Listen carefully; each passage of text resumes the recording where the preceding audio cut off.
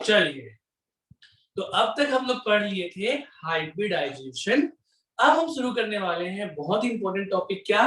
Valence shell electron pair repulsion theory. ठीक है, चलिए तो हेडिंग डालेंगे बेटा। ठीक है, शॉर्ट में इसको हम लोग बहुत प्यार से बुलाते हैं VSEPRT, ऐसा। ठीक है, VSEPRT या VSEPR थ्योरी भी बोलते हैं इसको। ठीक है ना?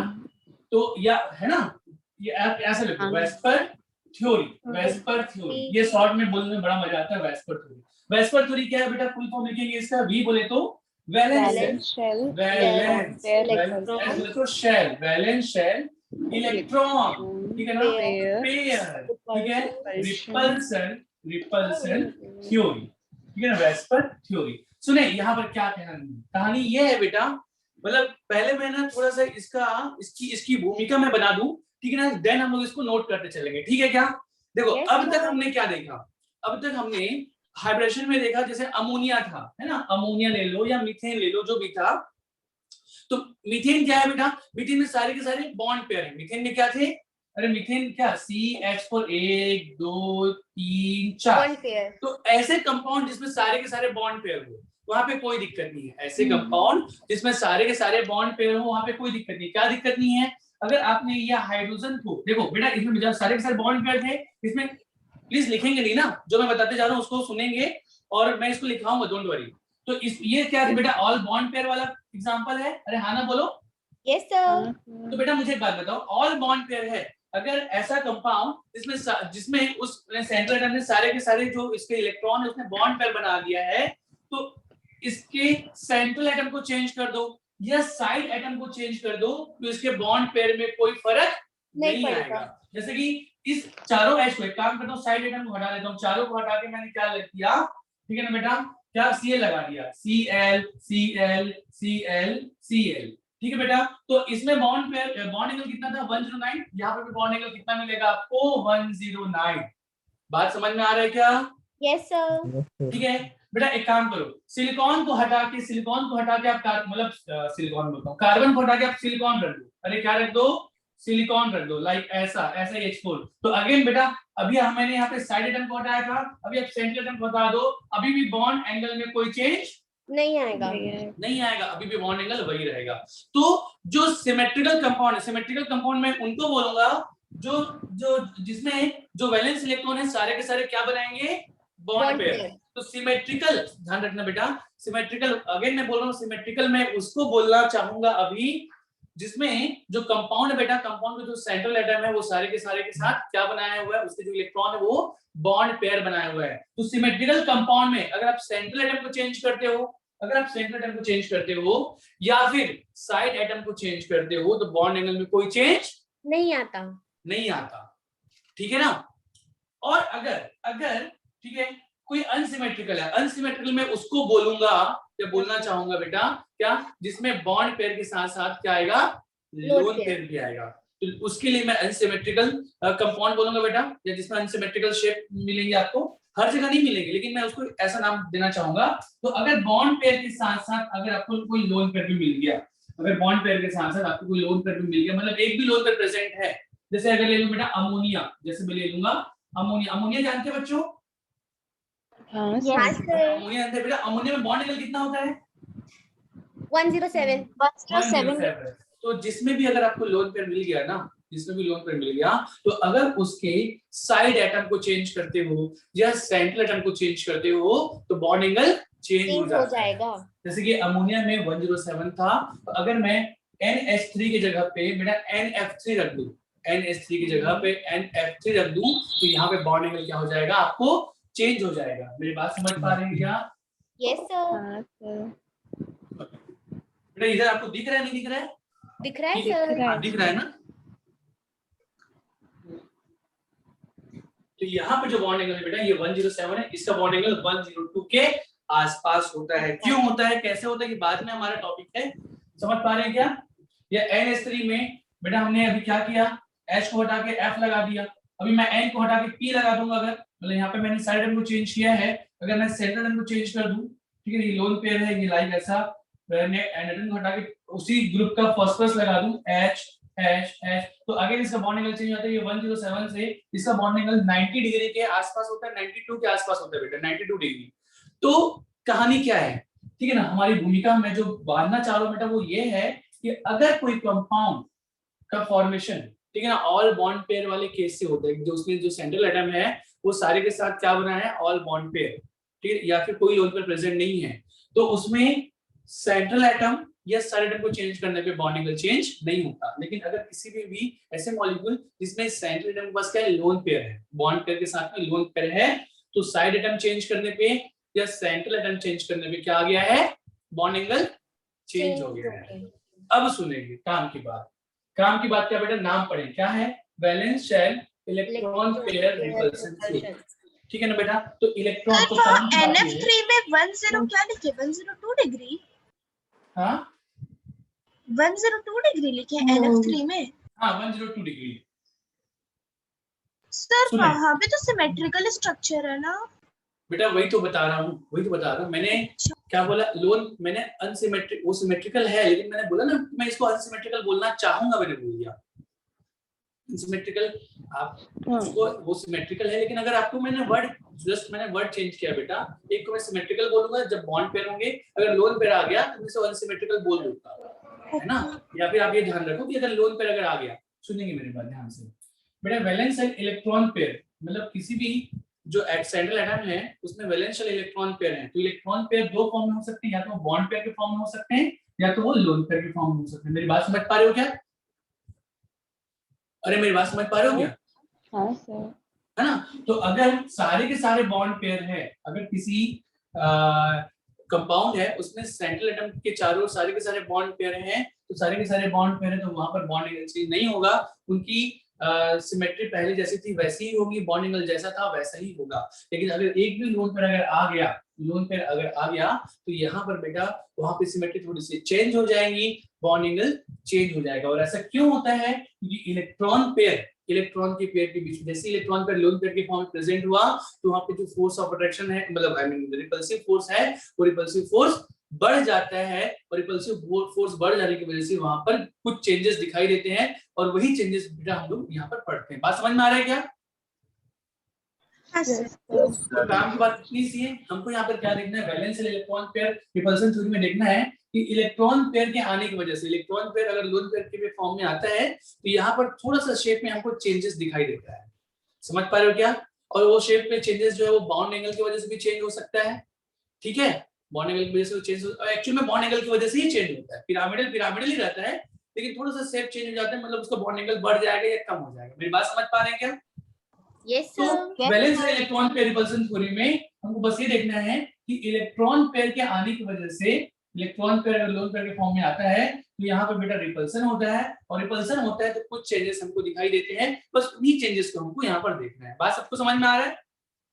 यस जी सर, सर. चलिए, तो बेटा तो मैं अभी जैसे जैसे नोट डाउन कराते जाऊंगा, कुछ जो इंपॉर्टेंट पॉइंट है उसको आप लोग नोट करते चलेंगे, ठीक है? जी सर, यस सर। तो सबसे पहले बेटा देखो, हमने कौन से कंपाउंड का क्या शेप बनेगा, क्या क्या शेप होगा, वो हमने हाइब्रिडेशन में से देख ही लिया था। Yes, sir. हाइब्रिडेशन में हमने देख ही लिया था कि किसका क्या शेप होगा। वेस्पर थ्योरी भी बताएगा कि यहाँ पे शेप क्या होगा, क्योंकि वेस्पर थ्योरी में इलेक्ट्रॉन पेयर आएगा तो थोड़ा सा शेप चेंज हो जाएगा। तो एक्चुअल में ये भी एक थ्योरी है जो शेप के बारे में हमको आइडिया दे रहा है कि यहाँ पर शेप चेंज हो सकता है थोड़ा सा।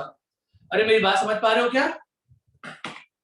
तो वेस्पर थ्योरी भी, ठीक है ना, वेस्पर थ्योरी भी क्या बताता है बेटा, किसी भी कंपाउंड के शेप को, ठीक है ना, हमको डिटरमाइन करने में थोड़ी सी हेल्प करता है, ठीक है, क्योंकि वहां पे इलेक्ट्रॉन पेयर प्रेजेंट है, तो इलेक्ट्रॉन पेयर के आने की वजह से वहां पे क्या चेंजेस होंगे हम लोग देखेंगे वेस्पर थ्योरी में। चलिए,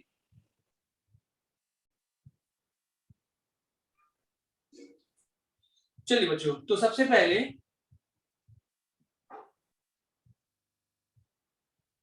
तो ये थ्योरी क्या प्रोवाइड करती है, इंपॉर्टेंट पॉइंट सबसे पहले अगेन लिख लेना बेटा, ये आ रहा है नहीं आ रहा है? हाँ चलो, तो चलो बेटा लिखेंगे, ये थ्योरी क्या प्रोवाइड करती है बेटा, again this theory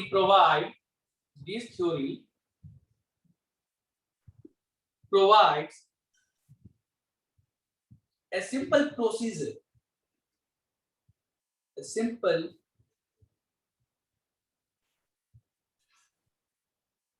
procedure to predict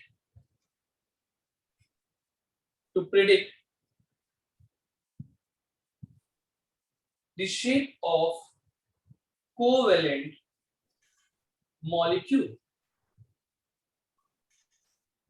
ठीक है? Yes, sir. अब इसके जो मेन पोस्टुलेट है बेटा, या जो मेन थ्योरी है वो ऐसा है, ठीक है ना?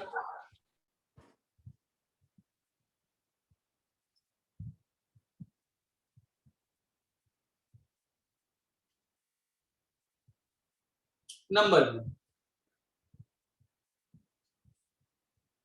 बेटा किसी भी मॉलिक्यूल की, इधर बोर्ड की तरफ देखेंगे, किसी भी मॉलिक्यूल की, या सुनते चलें, किसी भी मॉलिक्यूल का जो शेप है वो किस पे डिपेंड करता है बेटा? उसमें प्रेजेंट, उस सेंटर में प्रेजेंट इलेक्ट्रॉन पेयर पे। समझ पा रहे क्या कि उसमें सारे के सारे बॉन्ड पेयर हैं या फिर बॉन्ड पेयर के साथ साथ लोन पेयर है? मेरी बात समझ पा रहे हैं क्या? Yes, ठीक है, sir. तो चलिए, तो लिखेंगे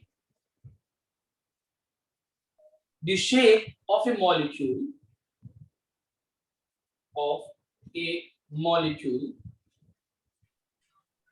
depends upon the number of valence shell electron pair around the central atom. Around the central atom. ठीक है Yes, sir. बेटा, इतना नोट कर लिया? जी sir. ठीक है ना? चलो वापस आओ यहाँ पर। तो यहाँ पर बेटा अगेन कि valence and electron pair theory में क्या दो केसेस होंगे बेटा? दो केस होगा। क्या होगा? या तो ऑल बॉन्ड पेयर होगा, या तो ऑल बॉन्ड पेयर है, या फिर क्या होगा बेटा? Lone pair. Bond pair plus Lone pair. Lone pair होगा। ठीक है, अगर सारे के सारे बॉन्ड पेयर है, सारे के सारे बॉन्ड पेयर है, ठीक है ना, तो यहां पर बेटा इसको मैं बोलना चाहूँ, प्लीज मैं बोलना चाह रहा हूं सिमेट्रिकल कंपाउंड, सिमेट्रिकल, या मैं बोल सकता हूं कि शेप इसमें जो होगा बेटा सिमेट्रिकल होगा। इसमें भी जो कुछ शेप है सिमेट्रिकल होंगे और कुछ अनसिमेट्रिकल होंगे, लेकिन यहाँ पर मैं अभी अनसिमेट्रिकल वर्ड यूज करना चाहूंगा बेटा ना। अनसिमेट्रिकल मैं इसलिए बोल रहा हूँ क्योंकि इसमें लोन पेयर आ रहे हैं, बस इतनी सी बात। ठीक है क्या? जी सर। तो यहाँ पर जो कॉमन बात है, कॉमन बात, यहाँ पर जो होगा शेप इसका सिमेट्रिकल होगा, लोन पेयर के आने की वजह से यहाँ पर क्या हो जाएगा बेटा? रिपल्सन होगा, तो ये थोड़ा सा क्या होगा? अनसिमेट्रिकल होगा। लेकिन कॉमन है ना, इसमें भी सिमेट्रिकल आपको मिल सकते हैं, कोई इसमें गलत नहीं है। ठीक है ना? चलो, ऐसा नहीं है कि हर चीज अनसिमेट्रिकल मिलेगा, लेकिन अगर लोन पेयर आगे आ गया तो मैं अभी उसको अनसिमेट्रिकल बोलूंगा क्योंकि ये टर्म्स मैं आगे यूज करूंगा। क्लियर है बेटा? तो अगर सिमेट्रिकल है, लाइक जैसे मैं बात करूं बेटा कि सारे के सारे बॉन्ड पेयर है, तो बॉन्ड पेयर अगर दो है तो हाइब्रिडेशन क्या मिलेगा हमको? sp। इसको नोट करते चलेंगे ना साथ साथ। 3, अगर बॉन्ड पेयर 3 है तो sp2 मिलेगा। बॉन्ड पेयर अगर 4 है तो हमको हाइब्रिडेशन क्या मिलेगा? sp3। बात समझ पा रहे हैं क्या? Yes sir. ठीक है, और अगर मैं जो जिसमें लोन पेयर वाले में बात करूं, कुछ एग्जांपल ले लो, जैसे अमोनिया है, अमोनिया में जो लोन पेयर है लाइक ऐसा, तो ये sp3 है, ये क्या sp3 है, लेकिन इसका शेप क्या होता है बेटा? पिरामिडल। ठीक है ना? मतलब इसका जो शेप है, तीनों के तीनों बॉन्ड पेयर सिमेट्रिकल नहीं है। तीनों के तीनों बॉन्ड पेयर सिमेट्रिकल है क्या बेटा? तीनों झुके हुए हैं, सिमेट्रिकल कहाँ है? जी सर। मेरी बात सिमेट्रिकल कब होगा? जब बॉन्ड पेयर सबके सब बेटा सिमेट्रिक, ठीक है ना, एक दूसरे से एक मैक्सिमम डिस्टेंस पे होंगे, मैक्सिमम डिस्टेंस पे होंगे, और उनके बीच में बॉन्ड एंगल जो होगा बेटा इक्वल होगा। लेकिन अगर हम लोग पिरामिडल की मैं बात करूं, जैसे यहाँ पर, इसलिए मैंने ऐसा बोला, यहाँ पर लोन पेयर है, तो ये लोन पेयर है, अब किसी भी वजह से हो, लेकिन ये एक दूसरे से मैक्सिमम डिस्टेंस पे नहीं है, तो इसीलिए मैंने इसको अनसिमेट्रिकल बोला है। बात समझ पा रहे हो क्या? Yes, sir. ठीक है ना। आप इसको वैसा ना बोले कि सर इसको दो इक्वल हाफ में डिवाइड तो कर सकते हैं ना, तो फिर तो सिमेट्रिकल प्लेन है ना, ऐसा मत अभी बोलना। मैं बस इतना बोलना चाह रहा हूँ कि ये जो मैक्सिमम डिस्टेंस रख सकते हैं वो इन्होंने नहीं रखा है, चाहे उसका रीजन जो भी हो। बात समझ पा रहे हो क्या? तो जो लोन पर आ गया, जहां पे भी लोन पर आ जाएगा मैं उसके लिए क्या बोलूंगा बेटा, अनसिमेट्रिकल। बात समझ में आ रहा है? Yes, sir.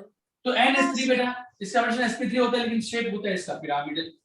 ठीक है ना। H2O की मैं बात करूं, H2O यहाँ पर बेटा दो लोन पेयर है, यहाँ पे दो लोन पेयर, ये भी sp3 है, sp3 है। इन दोनों को टेट्राहेड्रल होना चाहिए था।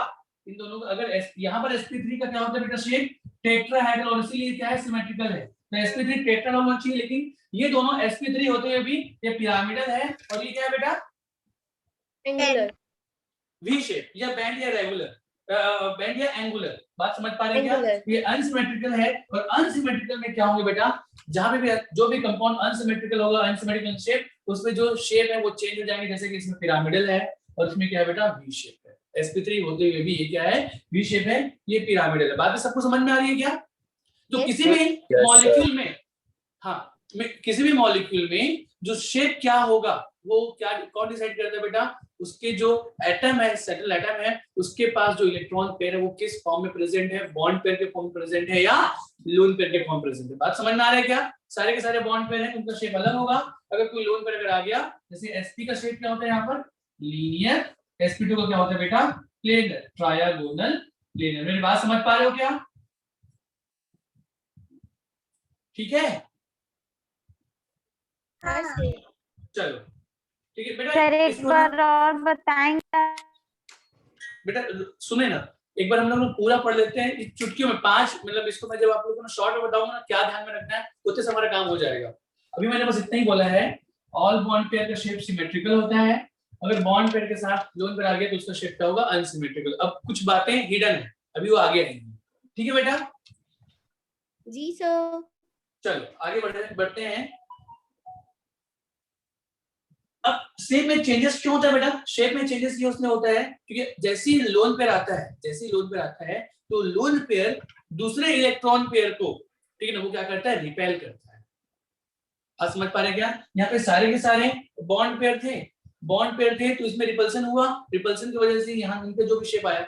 अगर जैसे लोन पेयर आता है, जो लोन पेयर आता है वो भी एक इलेक्ट्रॉन पेयर ही है, नेगेटिव है, तो वो उसमें रिपल्सन बढ़ जाता है, वो रिपेल करता है किसी दूसरे इलेक्ट्रॉन पेयर को, मतलब बॉन्ड पेयर को, और इसकी वजह से शेप में क्या आते हैं, चेंजेस आते हैं। तो ये क्यों हो रहा है? क्योंकि इलेक्ट्रॉन पेयर के बीच में क्या है, रिपल्सन है। बातें सबको समझ में आ रहा है क्या?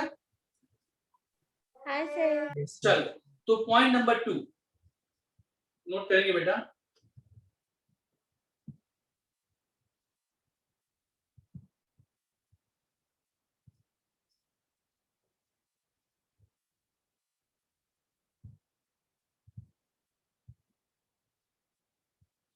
पॉइंट नंबर 2 क्या, pairs of electron, pairs of क्या, electron in the valence shell, in the क्या, valence shell repel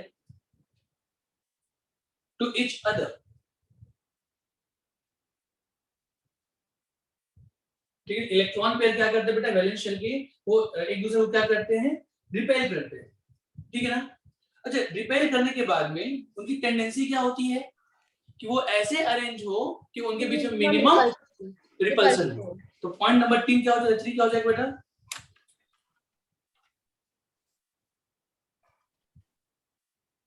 this pair of electrons tend to occupy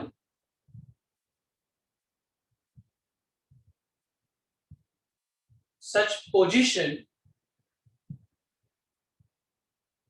in space that क्या बेटा, minimize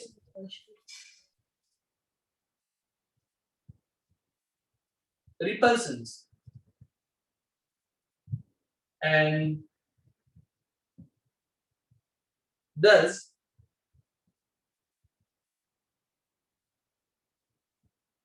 मैक्सिमाइज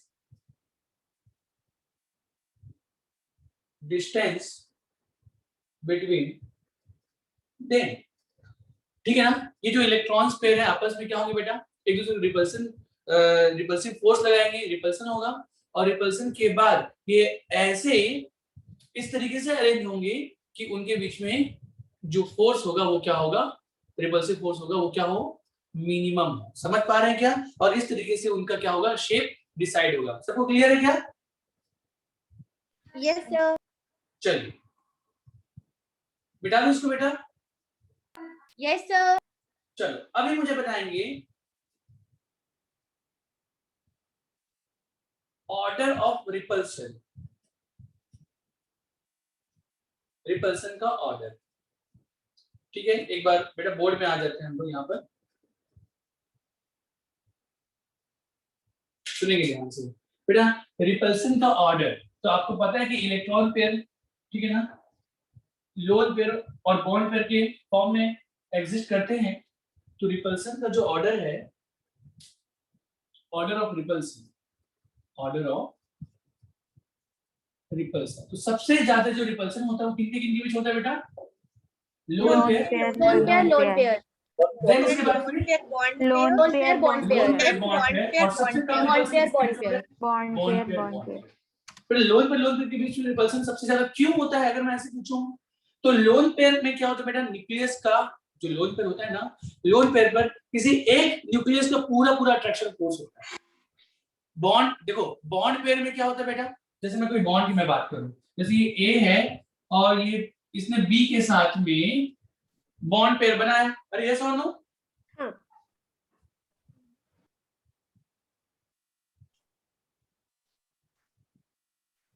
हाँ ठीक है विदिता, मैं सेंड कर दूंगा। चलो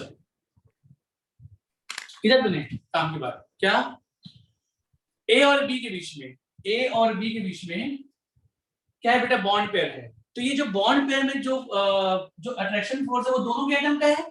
ये ए का जो न्यूक्लियस ये भी उसको अट्रैक्ट कर रहा होगा, और बी का जो न्यूक्लियस है इसको ये भी अट्रैक्ट कर रहा होगा। अरे समझ पा रहे हैं क्या? Yes sir. ठीक है ना, लेकिन अगर मैं लोन पेयर की मैं बात करूं तो लोन पेयर जो किसी एटम में, जैसे नाइट्रोजन में, तो जैसे नाइट्रोजन में लोन पेयर है, तो ये जो लोन पेयर को कोई एक एटम ही क्या कर रहा है, उसको अट्रैक्ट कर रहा है। मतलब किसी भी एटम में जो प्रेजेंट लोन पेयर है उसमें जो अट्रैक्शन फोर्स है वो किसी एक एटम का ही होता है। तो जब एक एटम का होगा, तो ये ज्यादा एरिया कवर करेगा, तो रिपल्सिव फोर्स भी ज्यादा लगाएगा। अगर दो लोन पेयर है, जैसे मैं अगर ले लूं वाटर, जैसे मैं वाटर ले लूं बेटा, इसके पास दो लोन पेयर है, तो यहाँ पर आप सोचेंगे ध्यान से कि यहाँ पर बेटा ये अगर मैं बात करूं, ये बॉन्ड पेयर है, तो बॉन्ड पेयर में इस एटम ने भी इलेक्ट्रॉन को खींच के रखा हुआ है, इस इलेक्ट्रॉन को इसने भी, इलेक्ट्रॉन पेयर को इस ऑक्सीजन ने भी खींच के रखा हुआ है। तो यहाँ पर जो एरिया है वो कम कवर किया हुआ है। हाँ। लेकिन इस लोन पेयर पे एक सिंगल ऑक्सीजन का ही अट्रैक्शन फोर्स है, तो यही खींच रहा है, तो इस लोन पेयर ने ज्यादा एरिया कवर किया, इसने ज्यादा एरिया कवर किया, इसने ज्यादा एरिया कवर किया, इसलिए इसमें रिवर्सिव फोर्स भी ज्यादा लगता है। बात समझ पा रहे हो क्या? तो सबसे ज्यादा जो रिपल्सिव फोर्स है वो लोन पेयर और लोन पेयर का होता है। बातें सबको समझ में आ रहा है क्या? Yes sir. ठीक है ना, तो ध्यान रखना, लोन पेयर में रिपल्सिव फोर्स ज्यादा क्यों होता है, अगर बोलेगा ना तो लोन, तो ऐसे पूछेगा नहीं, लेकिन ध्यान रखेंगे क्योंकि लोन पेयर जो है बेटा, लोन पेयर पर कोई एक एटम अपना अट्रैक्शन फोर्स लगा रहा है। ठीक है ना, ठीक है, तो ये ज्यादा एरिया कवर करता है, इसलिए इसमें रिपल्सन ज्यादा होता है। तो लोन पेयर रिपल्सन सबसे ज्यादा, then lone pair bond pair का रिपल्सन बेटा, और सबसे कम जो होता है वो बॉन्ड पेयर रिपल्सन सबसे कम क्यों होता है बेटा, क्योंकि इस बॉन्ड पेयर जो इलेक्ट्रॉन है इसमें जो अट्रैक्शन फोर्स है वो बेटा वो दो एटम के बीच में होता है, तो दोनों अपनी तरफ खींच रहे हैं। जब दोनों अपनी तरफ खींच रहे हैं तो ये ज्यादा एरिया कवर नहीं करते। बात समझ पा रहे हैं क्या बेटा? तो रिपल्सिव फोर्स भी कम होता है। Yes sir. अरे हाँ ना बोलो यार। Yes sir. Yes sir. तो ये सबसे पहले ये आप लोग ध्यान रखेंगे, ये ट्रेंड कि रिपल्सिव फोर्स सबसे ज्यादा lone pair, then lone pair bond pair, then bond pair, इसको भूलेंगे नहीं। क्लियर है क्या? जी सर। चलिए हाँ दोनों का एरिया सेम होगा, दोनों का एरिया सेम होगा मयूरेश। चलो वापस से, तो एक कोई आप सुनेंगे बेटा, कोई एग्जांपल के थ्रू मैं इसको समझाना चाहूंगा आप लोग को। जैसे CH3 है, मैं एग्जांपल CH4 है, एक एग्जांपल लेता हूं बेटा, CH4 NH3 और लेता हूं H2। तो अब समझेंगे कि सबका शेप, यहाँ पर सारे के सारे बॉन्ड पेयर थे, सबके बीच में रिपल्सन कम था, और बॉन्ड एंगल सबके बीच में सेम था। कितना था बेटा? 109.28। अरे यस और नो? Yes sir. अमोनिया में लोन पेयर आ गया है, और लोन पेयर आने की वजह से बेटा अमोनिया में रिपल्सिव फोर्स बढ़ गया है। कौन सा? अमोनिया का बेटा, ये लोन पेयर है, ये H है, ये H है, ये H है। तो बेटा लोन पेयर बॉन्ड का रिपल्सन ज्यादा होता है, इसलिए क्या किया बेटा, सबको रिपल्सिव फोर्स लगाया, और रिपल्सिव फोर्स लगने की वजह से यहाँ पर ये जो बॉन्ड थे वो थोड़ा सा क्या हो गया बेटा, झुक गए, बेंड हो गए, है ना। तो बॉन्ड एंगल जो है बेटा NH3 में जो बॉन्ड एंगल 109 से कम हो जाता है, कितना हो जाता है? 107 डिग्री। H2O में लोन पेयर बॉन्ड पे रिपल्सन के साथ साथ इसमें और क्या होता है? लोन पेयर भी होता है। दिख रहा है इधर? हाँ, लोन पेयर रिपल्सन होता है बेटा, और लोन पेयर रिपल्सन होने की वजह से, मतलब इसमें एक्स्ट्रा लोन पेयर और है, तो यहाँ पर रिपल्सन और भी ज्यादा होता है, तो बेटा इनके बीच का बॉन्ड लेंथ और भी कम हो जाता है, और कितना हो जाता है? 104.5। समझ पा रहे हैं क्या? Yes sir. ठीक है, तो ये आप लोग ध्यान रखेंगे कि आप ऐसा बोल सकते हैं, बेटा कि इधर से इधर जा रहे हैं तो रिपल्सन बढ़ रहा है, तो बॉन्ड एंगल कम हो रहा है। रिपल्सन बढ़ने से बॉन्ड एंगल क्या होता है बेटा? कम होते जाता है। क्लियर है क्या? ठीक है, या फिर आप बेटा, या आप ऐसे भी बोल सकते हो, इसको मिटा के सेकंड एग्जांपल, इसको नोट कर लिया क्या? जी सर। हाँ, एक जैसे और देखना बेटा,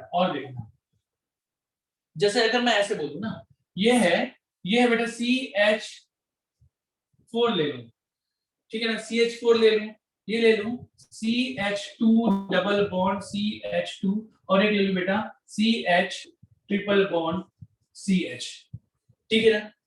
तो यहां पर इसमें बॉन्ड एंगल कितना है बेटा?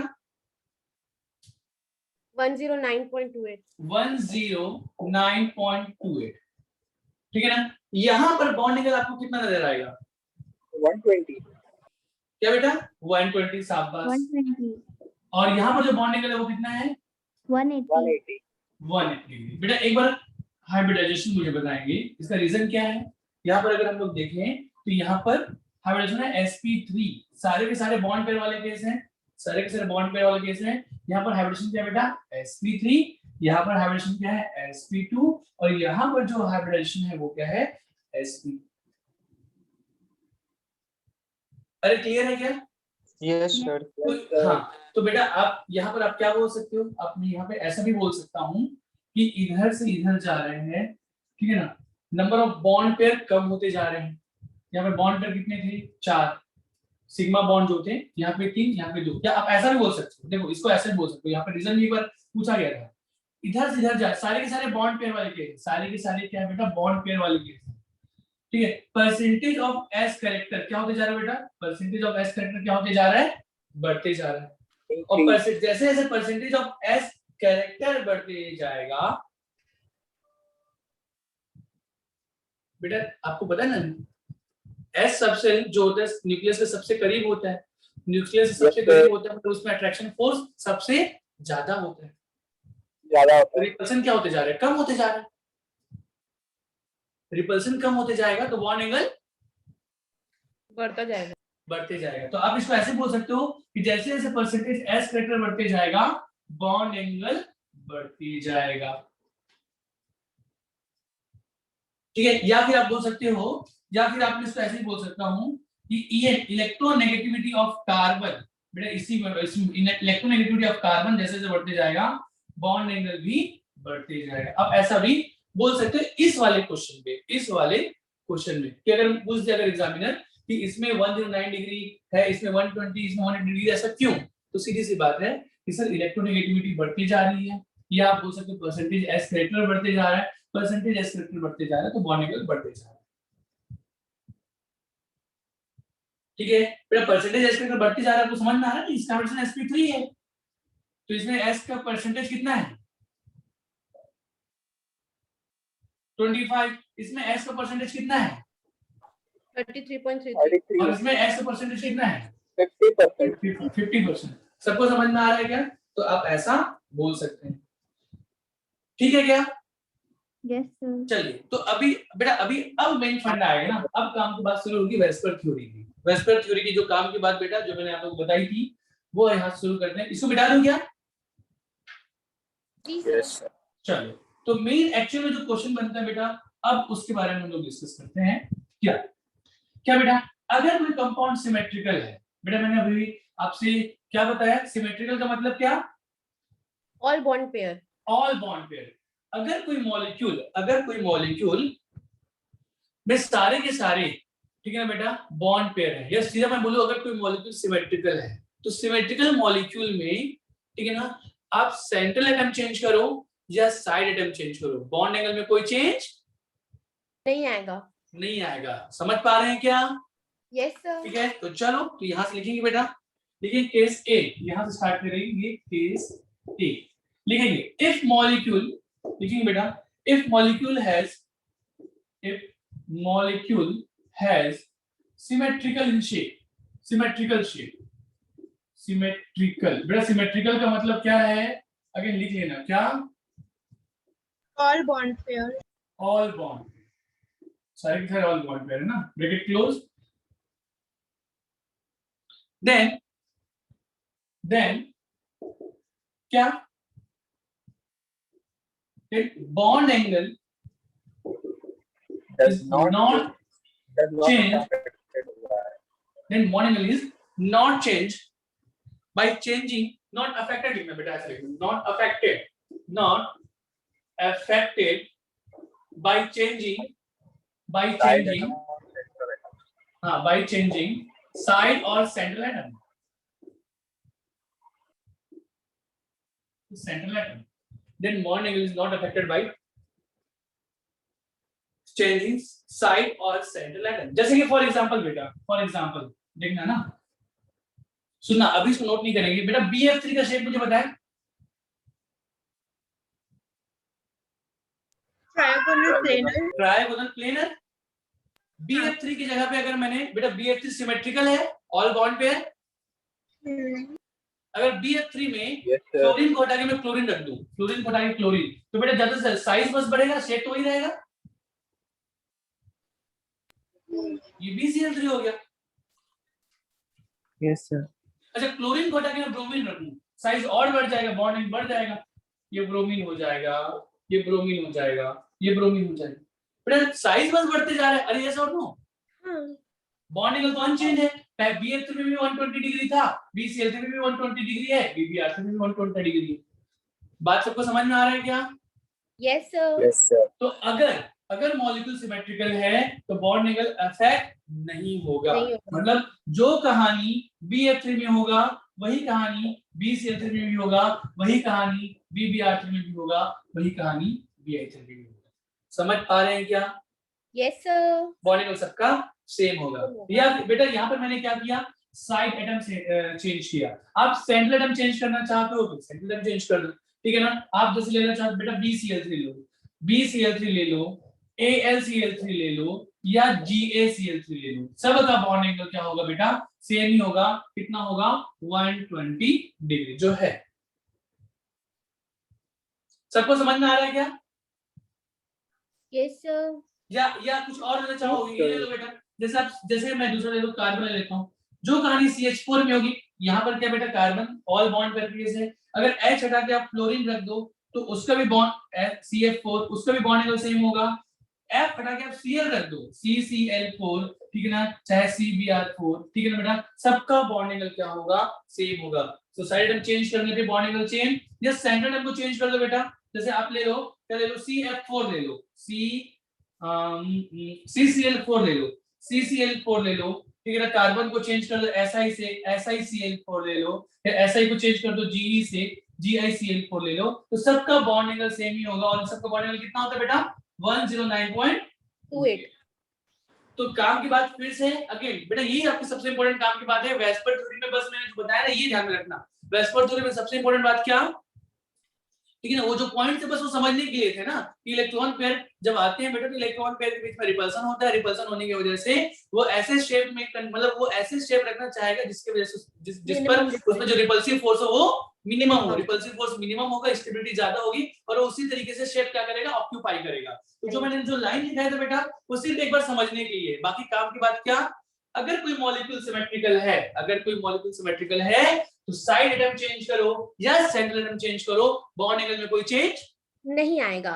नहीं आएगा, नहीं होगा। सबको क्लियर है बात? Yes sir. चलो सर आप ये क्या लिखे हैं AlCl3 के बगल में?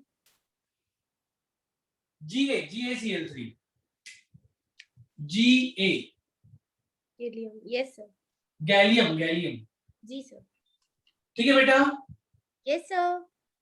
चलो अच्छा, अब इसमें ना बेटा, अब इसमें केस सेकंड देखेंगे।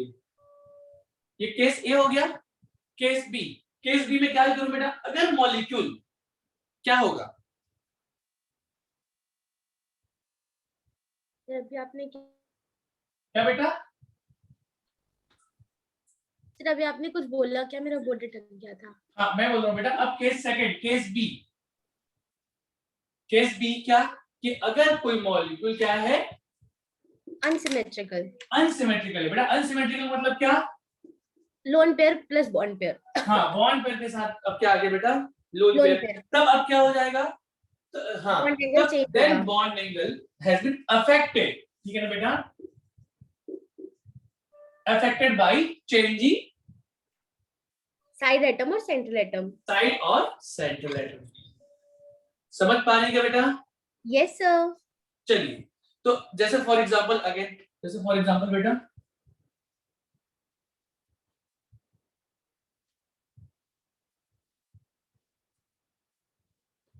सुनेंगे ध्यान से ना। जैसे बेटा आपको मालूम है H2O, जानते हैं क्या? जानते हैं सर। सुनना ध्यान से। H2O जो है बेटा, H2O में ये ऑक्सीजन है, ऑक्सीजन के पास दो लोन पेयर है, ये एक लोन पेयर, अगेन एक लोन पेयर, और दो हाइड्रोजन है, एक हाइड्रोजन और एक हाइड्रोजन। क्लियर है क्या? हाँ सर। है ना बेटा। अब सुनिए ध्यान से, अगर मैंने साइड एटम चेंज किया, अब साइड एटम चेंज कैसे करता हूं बेटा, साइड एटम की साइज ना बढ़ा देता हूं। सुनना ध्यान से, इसको अगेन नया पॉइंट में लिखेंगे। अगर मैंने साइड एटम को चेंज किया, और साइड एटम कैसे चेंज किया, साइड एटम की साइज बढ़ा दी। साइड एटम की साइज क्या कर दी, बढ़ा दी। H की जगह मैंने ले लिया मिथाइल। तो आप इस बारे में क्या विचार करते हो, क्या सोचते हो, मुझे बताइए। तो बेटा पहले ये क्या था, स्मॉल था, अब बल्कि ग्रुप आ गया। अब बल्कि ग्रुप आ गया। अब क्या हो गया, ये बल्कि, तो बल्कि ग्रुप आ गया, नो डाउट इसमें भी लोन पर रिपल्सन हो रहा था, इसमें भी था। लेकिन बेटा अब बल्कि ग्रुप आने की वजह से दो बल्कि ग्रुप के बीच में भी क्या होगा, रिपल्शन लगेगा। रिपल्सन होगा। तो रिपल्सन होगा तो बॉन्ड एंगल जो था अब उससे बढ़ जाएगा कि कम होगा, बढ़ जाएगा। बढ़ जाए। बात समझ पा रहे हो क्या? Yes sir. तो साइड एटम चेंज करेंगे तो इंपॉर्टेंट है कि साइड एटम की साइज बढ़ा रहे हैं, इसको नेक्स्ट पॉइंट में लिखेंगे ना। तो साइड एटम को चेंज करते हैं, लेकिन अगर साइड एटम की साइज बढ़ाते हैं, तो साइज बढ़ाते हैं तो बॉन्ड एंगल भी बढ़ जाएगा। बढ़ जाता है। मतलब इसका जो होता है बेटा, ये 104.5 होता है, इसका बॉन्ड एंगल जो होता है बेटा लगभग 110 के आसपास होता है, 110 के आसपास होता है। एग्जैक्ट बेटा लिखने की जरूरत नहीं है, 110 के आसपास होता है। क्लियर है क्या? जी सर। तो बॉन्ड एंगल बढ़ गया। अच्छा एक काम करता हूं, सेंट्रल एटम की मैं साइज बढ़ा देता हूं। सेंट्रल एटम की साइज बेटा, मतलब वाटर से H2O से अभी मैं गया था क्या, इसमें गया था बेटा ईथर में, CH3 ट्वाइस O में गया था। अभी मैं इधर से जाता हूं बेटा, सेंट्रल एटम चेंज करता हूं, O की जगह पे लगा देता हूं सल्फर। ठीक है? अब देखना बेटा, ये सल्फर की मैं बात कर रहा हूं, ये हो गया सल्फर, सर ये इलेक्ट्रॉन पे, सल्फर की साइज बढ़ गई, सल्फर की साइज बढ़ गई है। इसका जो लोन पेयर है बेटा, ये थोड़ा सा और ज्यादा एरिया कवर करेगा। ज्यादा एरिया कवर करेगा तो यहाँ पर अब बॉन्ड एंगल जो होगा वो ज्यादा एरिया कवर करेगा, तो रिपल्सन ज्यादा होगा। रिपल्सन ज्यादा होगा तो बॉन्ड एंगल क्या हो जाएगा बेटा, अब छोटा हो जाएगा। कम हो जाएगा, छोटा हो जाएगा। अरे ठीक है क्या? तो ये बेटा 105, इसका जो H2S में जो बॉन्ड एंगल होता है बेटा, ये अगेन 90 डिग्री के आसपास होता है, 91, ठीक है ना, एग्जैक्ट मैं बता देता हूँ, हाँ 92 के ही आसपास होता है, 92 डिग्री के, मतलब 90 डिग्री के आसपास होता है। समझ पा रहे हैं क्या? Yes sir. तो यहाँ से 2 पॉइंट निकला है बेटा, ये first and second. S2S first वाला क्या, बताइए। फर्स्ट पॉइंट क्या निकला बेटा? फर्स्ट पॉइंट ये निकला जो नोट करेंगे, साइड एटम की साइज बढ़ाने पे, साइड एटम की साइज बढ़ाने पे बॉन्ड एंगल बढ़ जाएगा। बढ़ जाएगा, और सेंट्रल एटम की साइज बढ़ाने पे बॉन्ड एंगल कम हो जाएगा। कम हो जाएगा। क्लियर है क्या? Yes sir. चलिए तो लिखेंगे बेटा, यहां से अब लिख लीजिए पॉइंट नंबर फर्स्ट पॉइंट लिखेंगे बेटा। लिख रहे हैं क्या? लिख रहे हैं सर। बॉन्ड एंगल इंक्रीजेस, इतना नोट कर लिया, इतना नोट करने के बाद लिखेंगे ना। Second sir. हाँ नोट कर ले प्लीज।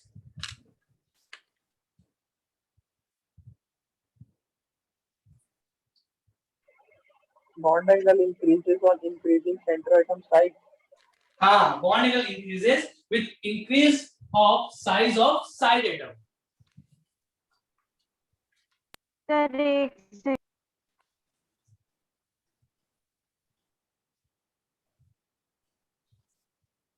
सर आप ये H2S का क्या रीजन दिए, क्यों बॉन्ड एंगल कम हो गया?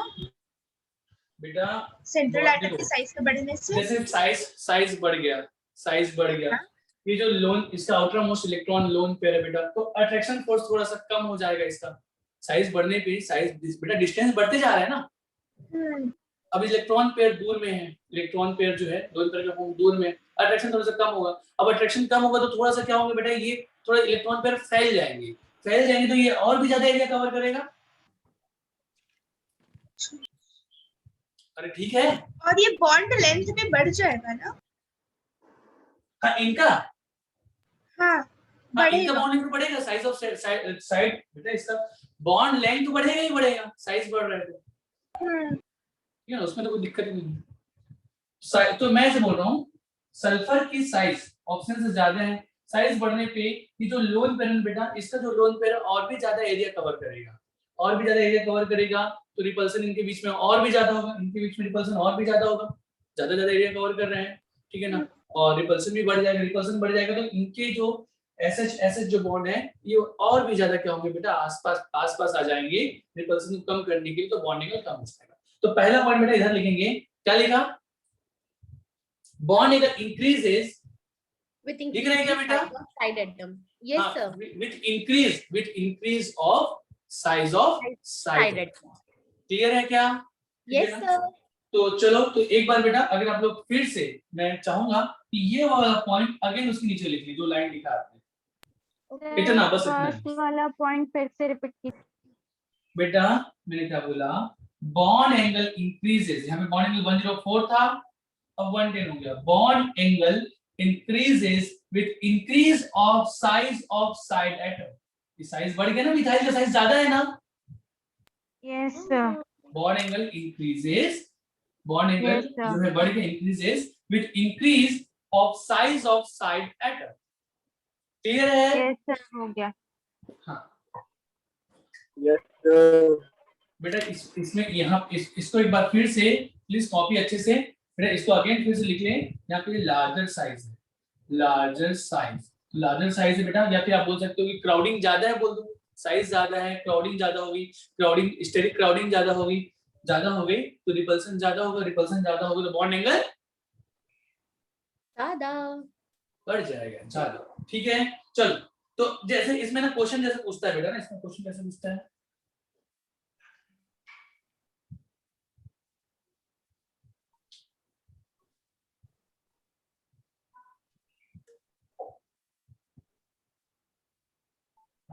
जैसे क्वेश्चन पूछता है बेटा, ऐसे लिखता हूँ Me2O ठीक है ना बेटा, या IPR twice O या PBU twice O। बेटा समझ में आया मैंने क्या क्या लिखा है? Yes sir, methyl ethyl methyl ethyl isopropyl tertiary butyl. Clear है क्या? Yes sir. तो इधर से इधर जा रहे हैं तो बॉन्ड एंगल के साथ क्या होगा? बॉन्ड एंगल इंक्रीज हो रहा है कि डिक्रीज हो रहा है? Increase हो रहा है। बॉन्ड एंगल इंक्रीज हो रहा है। इधर बॉन्ड एंगल यहाँ पे लिखा हुआ है ना, तो क्वेश्चन बॉन्ड एंगल क्या है, तो बॉन्ड एंगल क्या होता है बेटा, इंक्रीज होते जा रहा है। क्यों इंक्रीज होते जा रहा है? क्योंकि size size of side atom बढ़ रहा है, एटम बढ़ रहा साइड है, मॉलिक्यूल का वो बढ़ रहा है साइज, इसलिए बॉन्ड एंगल बढ़ रहा है। कॉमन बात सबसे पहले ध्यान रखनी। वैसे अगर बेटा सुनना, जैसे अगर मैं और बात करूं, OF2, ये OF2 है, OCl2, OBr2। तो अगेन आप देख पा रहे हैं बेटा, साइज ऑफ साइड एटम बढ़ते जा रहे हैं, तो बॉन्ड एंगल भी क्या होते जा रहा है, बढ़ते जा रहा है। यहाँ पे भी बॉन्ड एंगल क्या होते जाएगा बेटा, बॉन्ड एंगल कितना है वो इतना इंपॉर्टेंट नहीं है अभी ना, जो जहां पे इंपॉर्टेंट है मैं आपको बताऊंगा। समझ पा रहे हैं क्या, बॉन्ड एंगल क्या है वो इतना इंपॉर्टेंट नहीं है। हालांकि आप लोग जैसे लिखना चाहो तो लिख लो, ठीक है, वो अलग बात है, और सबका नहीं लिखेंगे, किसी किसी का, जैसे इसका 103 है, इसका 110 के 110 के आसपास होता है, ठीक है ना, इसका 110 से और भी ज्यादा होता है, 112 के आसपास होता है, 112, ठीक है। तो सुनेंगे फिर से ना, बॉन्ड एंगल इतना इंपॉर्टेंट नहीं है ना, मैं बताऊंगा कि कहाँ पे ध्यान में रखना है, ठीक है। बस आपको लेकिन इतना ध्यान रखना है, इधर से इधर जा रहे हैं तो साइज ऑफ साइड एटम बढ़ते जा रहे हैं, बॉन्ड एंगल भी बढ़ता जा रहा है, भी बढ़ता जा रहा है। या अगर और कोई क्वेश्चन बेटा, जैसे मैं बात करूं PF3, ठीक है ना, इसमें लोड करना है, PF3 में बात करूं, PCl3 में बात करूं, या PBr3 में बात करूं, अगेन आप देख पा रहे होंगे साइज ऑफ साइड एटम बढ़ते जा रहा है, तो बॉन्ड एंगल बढ़ते जा रहा है, ठीक है ना। इसका जो बॉन्ड एंगल होता है बेटा 97 के आसपास होता है, इसका 100 के आसपास होता है, ठीक है, इसका 100 से और भी ज्यादा होता है, 101 डिग्री बॉन्ड एंगल इंक्रीज होते जा रहा है बेटा। चाहे तो लिख सकते हो ना नीचे थोड़ा सा 97 डिग्री, ये 100 बेटा प्लीज, हाँ याद नहीं, एकदम से एकदम रटना नहीं है ना, काम की बात जो बताऊंगा उसको रटना है, ठीक है बच्चों। Yes sir. PI3 अगले लें, इसका और भी जाता है 102 डिग्री के आसपास होता है, ठीक है। चलो, तो साइज ऑफ साइड एटम बढ़ने से बॉन्ड एंगल बढ़ते जाते हैं। एक क्वेश्चन और बताएंगे बेटा, एक क्वेश्चन और बताएंगे क्या? Yes sir. साइज, तो मैंने क्या बोला, साइज ऑफ साइड एटम बढ़ता है तो बॉन्ड एंगल बढ़ता है, अगेन मुझे बताएंगे BF3 BCl3 क्या लिखे है क्या, हाँ भाई PF3 का बॉन्ड एंगल, PH3 H लिखा ही नहीं है, PF लिखा है 97 PF3 PF3 97 डिग्री, ठीक है। हाँ सर। चलो, तो साइज ऑफ साइड एटम बढ़ते जा रहा है, बॉन्ड एंगल बढ़ते जा रहा है, साइज ऑफ साइड एटम बढ़ते जा रहा है तो बॉन्ड एंगल बराबर है sir, size of side atom बढ़ते जा रहा है तो बॉन्ड एंगल बढ़ना चाहिए, तो बोरॉन है ना सर, इक्वल है, क्यों? क्योंकि ये ऑल बराबर है, बॉन्ड पेयर का केस है। अरे ठीक है क्या, हाँ, जो बात इसमें क्या वही बात इसमें, बिल्कुल नहीं। ऐसा नहीं, क्यों नहीं? क्योंकि ये bond सिमेट्रिकल pair। है, और पॉइंट का केस है। तो प्लीज ध्यान रखना। बट ये जो है बेटा, इसमें बॉन्ड एंगल इक्वल है, क्यों? क्योंकि ये सिमेट्रिकल है। अरे ध्यान रखोगे ना, भूल तो नहीं जाओगे ना।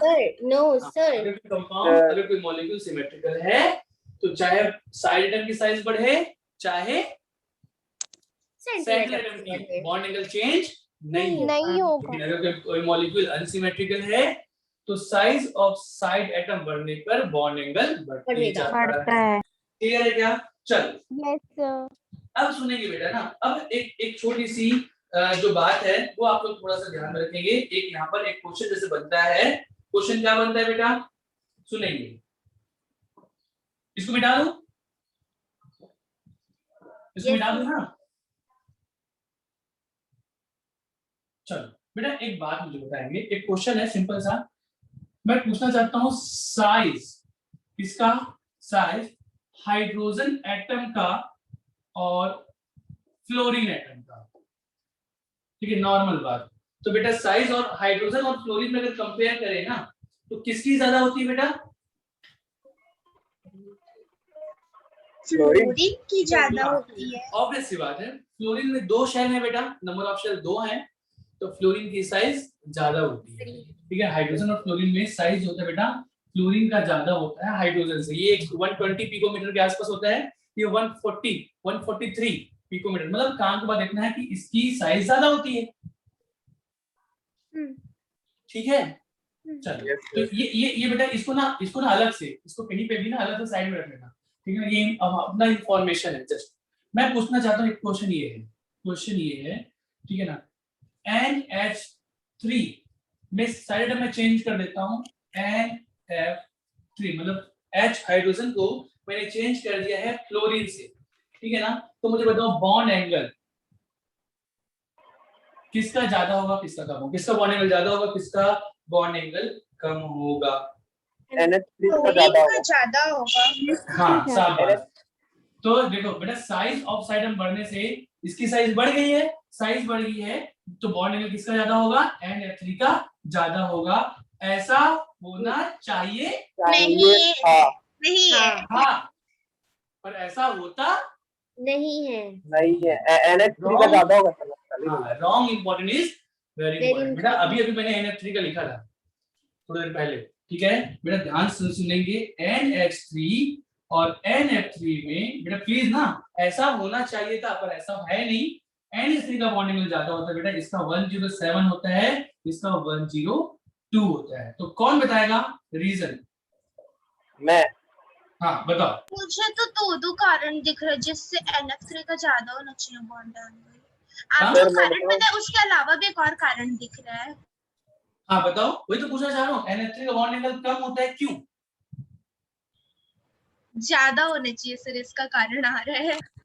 हाँ तो सर, मैं बताऊं? ज्यादा होना चाहिए ना, पर एक्चुअली बॉन्ड एंगल कम होता है क्यों? सर विनय क्योंकि फ्लोरीन जो होता है ना, वो ज्यादा इलेक्ट्रोनेगेटिव होता है तो इलेक्ट्रॉन अपने तरफ खींच लेता है, इसलिए शाबाश। दो बॉन्ड का इलेक्ट्रॉन का डिस्टेंस कम हो जाता है तो वो पास पास आ जाते हैं। और नाइट्रोजन में नाइट्रोजन खींचता है। बेटा वेरी गुड, वेरी गुड। बेटा सुने आप ध्यान से, क्योंकि फ्लोरीन की इलेक्ट्रोनेगेटिविटी हाइड्रोजन के कंपेयर में बहुत ज्यादा होती है। और मैंने आपको बताया था कि बॉन्ड पेयर में बेटा ये जैसे ये NF3 NF3 NF3 और यहाँ पर क्या है H H H। बेटा आप लोग को मैंने हिंट दिया था कि बॉन्ड पेयर में दो एटम का अट्रैक्शन फोर्स होता है। अरे हाँ ना बोलो भाई। Yes sir. बॉन्ड पेयर में, ये बॉन्ड पेयर बेटा, इस बॉन्ड पेयर में इस एटम का भी अट्रैक्शन होगा, इस एटम का भी अट्रैक्शन होगा, क्योंकि फ्लोरीन की इलेक्ट्रोनेगेटिविटी ज्यादा है। नाइट्रोजन तो कॉमन है, फ्लोरीन की इलेक्ट्रोनेगेटिविटी ज्यादा है, तो फ्लोरीन इस इलेक्ट्रॉन पेयर को हाइड्रोजन के कंपैरिजन में ज्यादा पुल करेगा। जब ज्यादा पुल करेगा तो बेटा नाइट्रोजन के पास में इलेक्ट्रॉन डेंसिटी कम होगी, हाँ। और इलेक्ट्रॉन डेंसिटी कम होगी, रिपल्सन। मेरी बात समझ पा रहे क्या बेटा? यहाँ पर क्या है, इलेक्ट्रॉन डेंसिटी, यहाँ पर इलेक्ट्रॉन डेंसिटी कम होगी। और देखो इसके पास भी लोन पेयर है, इसके पास भी लोन पेयर है, तो यहाँ पर बेसिकली ये लोन पेयर ये तो इसको रिपल्सन लगा ही रहा है। अरे हाँ ना बोलो, अरे यहाँ पर रिपल्सन हो रहा है ना। Yes sir. यहाँ पे भी बेटा ये रिपल्सन तो हो ही रहा है, इधर इधर बाकी सबसे किसी एक जगह दिखाया हुआ मैं आप लोग को, इसमें भी और इसमें भी रिपल्सन तो यहाँ पर हो रहा है। तो क्योंकि फ्लोरीन जो है इलेक्ट्रॉन को पुल करता है, इलेक्ट्रॉन को पुल करता है, तो इनके बीच में यहाँ पर नाइट्रोजन के पास में इलेक्ट्रॉन डेंसिटी कम हो जाती, इलेक्ट्रॉन डेंसिटी कम हो जाती, तो बॉन्ड पेयर में रिपल्सन उतना ज्यादा इफेक्टिव नहीं होता। तो ये थोड़ा सा इस रिपल्सन को कम करने के लिए थोड़ा सा और भी पास पास आ जाते हैं। समझ में आया क्या? नहीं आया? नहीं सर। बेटा एक बात बताओ, मुझे एक बात बताओ, सुनना। आप लोग ट्रेन में सफर कर रहे हैं, सफर कर रहे हैं? कर रहे हैं। अरे हाँ ना बोलो, सफर कर रहे हैं ना? कर रहे हैं ना, कर रहे हैं। हाँ कर, अरे मान लो कर रहे हैं, ठीक है सर, हम तो हाँ, घर में बैठे हैं। क्या बात कर रहे हो? ठीक है, कर रहे हैं। तो बेटा आपको पता है कि इसमें जो सीट होती है 4 लोग की, 3 लोग की होती है, फिर उसमें 4 लोग बैठते हैं, बैठ जाते हैं, ठीक है बैठा देते, बैठ जाते हैं। स्लीपर है तुम्हारा, बैठ जाते हैं। भी वेटिंग लिस्ट में आगे बैठ जाते हैं। सपोज उसमें एक मोटा ताजा, मेरी बात सुनेंगे, एक मोटा ताजा बैठा हुआ है। अरे हाँ ना बोलो यार, हाँ ठीक है। सर। और हाँ, और बाकी नॉर्मल लोग हैं, बाकी नॉर्मल 3 जो है नॉर्मल है, मतलब पतले नहीं है, नॉर्मल है। अरे ठीक है ना? तो तो बेटा वो 3 लोग को, और मोटा, देखो मोटे वाला जो बंदा है ना, जो मोटा बैठा हुआ है अदनान सामी की जैसा, ठीक है ना, तो उसको आप हटा नहीं सकते, उसको रिप्लेस नहीं कर सकते। बाकी जो 3 और थे उसको आप लोग रिप्लेस कर सकते हो। अरे हाँ ना बोलो यार। हाँ। तो देखो मोटे जो मोटा बंदा है उसको प्रॉब्लम हो ही रहा है, उसको तो अपना जगह चाहिए ही चाहिए, ठीक है ना, उसको जितना जगह मिले उसके लिए उतना अच्छा है, वो आराम से, ठीक है। आप क्या करते हो, 3 जो नॉर्मल थे उन तीनों नॉर्मल को, आप जो नॉर्मल वाले थे उसको हटा के 3 और पतले आप लगा देते हो।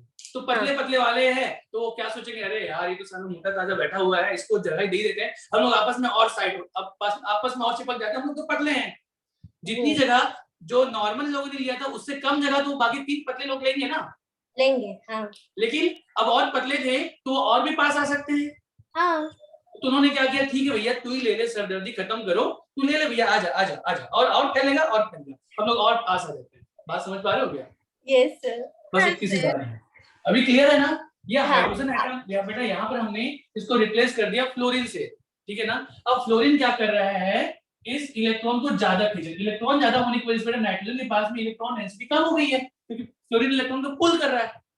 Yes, sir. अब इलेक्ट्रॉन की डेंसिटी यहाँ पर कम हो गई है और क्योंकि यहाँ पर रिपल्सन तो लग ही रहा है, तो इन लोग कहते हैं भैया इलेक्ट्रॉन हम लोग खींच रहे हैं कि हम तो खींच रहे हैं, नाइट्रोजन आपके पास इलेक्ट्रॉन की डेंसिटी कम है, ठीक है, इनके रिपल्सन अगर ज्यादा है तो हम और भी ज्यादा कॉन्ट्रैक्ट हो जाते हैं, रिपल्सन को और भी कम, मतलब यहाँ पर ये वाला जो रिपल्सन ये डोमिनेटिंग है ना, तो इस रिपल्सन को कम करने के लिए, ठीक है ना, यहाँ पर ही जो है और पास पास जाते हैं। पास आने का रीजन ये है क्योंकि फ्लोरीन की इलेक्ट्रोनेगेटिविटी ज्यादा है, इलेक्ट्रोनेगेटिविटी ज्यादा होने की वजह से इलेक्ट्रॉन को ये ज्यादा पुल कर रहा है, इलेक्ट्रॉन को ज्यादा पुल कर रहा है, तो नाइट्रोजन के पास में इलेक्ट्रॉन की डेंसिटी कम हो गई है। सर अब मैं बोलूं? हाँ बोलो। सर फ्लोरीन का तो खुद का भी 3 लोन पेयर है, तो उन तीनों के बीच में रिपल्शन नहीं होगा, भयंकर रिपल्शन होगा। हाँ तो फिर तब तो पढ़ना चाहिए ना बॉन्ड एंगल। हाँ चल ठीक ठीक। अब आपका ये आपका लॉजिक है कि ये बढ़ना चाहिए, तो फिर मैंने आपको क्या किया, मैंने NF3 मॉलिक्यूल आपको दे दिया, संस्कार आप जाओ लैब में चेक करो। चेक किया, आपको क्या मिला? ये तो गड़बड़ है। हाँ तो बॉन्ड एंगल आपको कम मिल गया, तो फिर सोचा अरे यार बॉन्ड एंगल कम मिल गया, क्या होना चाहिए, तो यहाँ पर इनके बीच में जो रिपल्सन था वो उतना ज्यादा इफेक्ट, मतलब वो डिसाइडिंग फैक्टर नहीं था। अरे बेटा आप यही तो कंक्लूजन निकालोगे ना। सर जबरदस्ती वाला कंक्लूजन। हाँ क्या? सर, हाँ सर, बोलो। सर, वो ना जो नाइट्रोजन फ्लोरीन वाला ना उसका दोनों इलेक्ट्रॉन को फ्लोरीन की तरफ शिफ्ट कर दो, और नाइट्रोजन और हाइड्रोजन वाला ना उसमें हाइड्रोजन की तरफ दोनों इलेक्ट्रॉन को शिफ्ट करो। अच्छा बनाओ ना इलेक्ट्रॉन, तो समझ में आएगा सबको। हाँ तो बस सीधी सी बात है, मतलब बेटा ये शिफ्ट, हाँ यही तो बता रहा हूँ कि यहाँ पर जो है ना ये इलेक्ट्रॉन इधर आ गया है, इधर, अरे पुल कर रहा मतलब ये तो हुआ ना, और इसमें ये पुल कर रहा है, अरे वही तो बोल रहा हूँ बेटा। तब भी रिपल्शन दिख रहा है। अभी दिख रहा है? सर ठीक है, उसके आगे फिर क्या हुआ? फिर भगवान कहानी खत्म हो गया। सर ये नाइट्रोजन आपने बोला, नहीं समझ नहीं आया। सर नाइट्रोजन के पास EN की डेंसिटी कम हो गई, ठीक है, तो नाइट्रोजन बेटा इनके यहाँ पे इलेक्ट्रॉन डेंसिटी कम हो गई, तो ये पास आ गए ना, ये पास आ जाएंगे ना, इधर बेटा ये तो, अरे ये तो वैसे भी फैल ही रहा है ना, इधर फैल रहे हैं। अच्छा ठीक है सर, यहाँ पर है ना बेटा, यहाँ पर आ गया सर, आ गया। उधर इलेक्ट्रॉन पास आ गया तो बहुत रिपल्शन होगा, इसलिए बॉन्ड एंगल बढ़ जाएगा। ठीक है सबको बेटा काम करो यार, अब अच्छे से आ गया सर, आ गया। लिखो, एक काम करो, लिखो यहाँ पर लिखेंगे बेटा, ये यहाँ पर ये स्ट्रक्चर बना लेंगे इसके नीचे और लिखेंगे। लिख रहे हैं क्या? लिख रहे हैं सर। 2 मिनट से स्ट्रक्चर बना लेने दीजिए। लेना बेटा, बना लेना, जगह छोड़ दो, बना ले, पहले लिख लो दी हाई, पहले लिख लो ना, साइड में लिख लो, ठीक है ना, high electronegative, high EN of fluorine pull लिखेंगे बेटा। मैं अपने लैंग्वेज में लिखा रहा हूँ ना, ग्रामेटिकल मिस्टेक होगा तो चेंज कर लेना, ठीक है। High electronegative of fluorine pull the bonding electron further away from nitrogen, ठीक है क्या? हाँ sir. further away from nitrogen,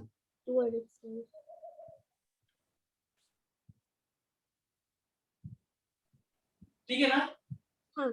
आगे लिखना बेटा, thus repulsion between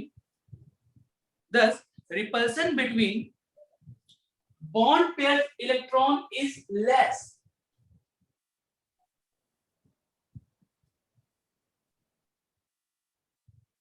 Bond pair electron is less in NF3 than NH3. In NF3,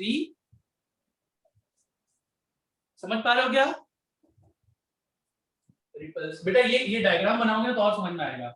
ये fluorine को electron पुल कर रहा है, ठीक है ना, तो इलेक्ट्रॉन पुल कर रहा है,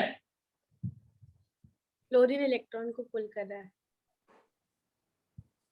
ठीक है। यहाँ पे एक वर्ड और जोड़ना था क्या कि नाइट्रोजन के पास इलेक्ट्रॉन डेंसिटी कम हो गया, ये एक वर्ड और भी जोड़ना था।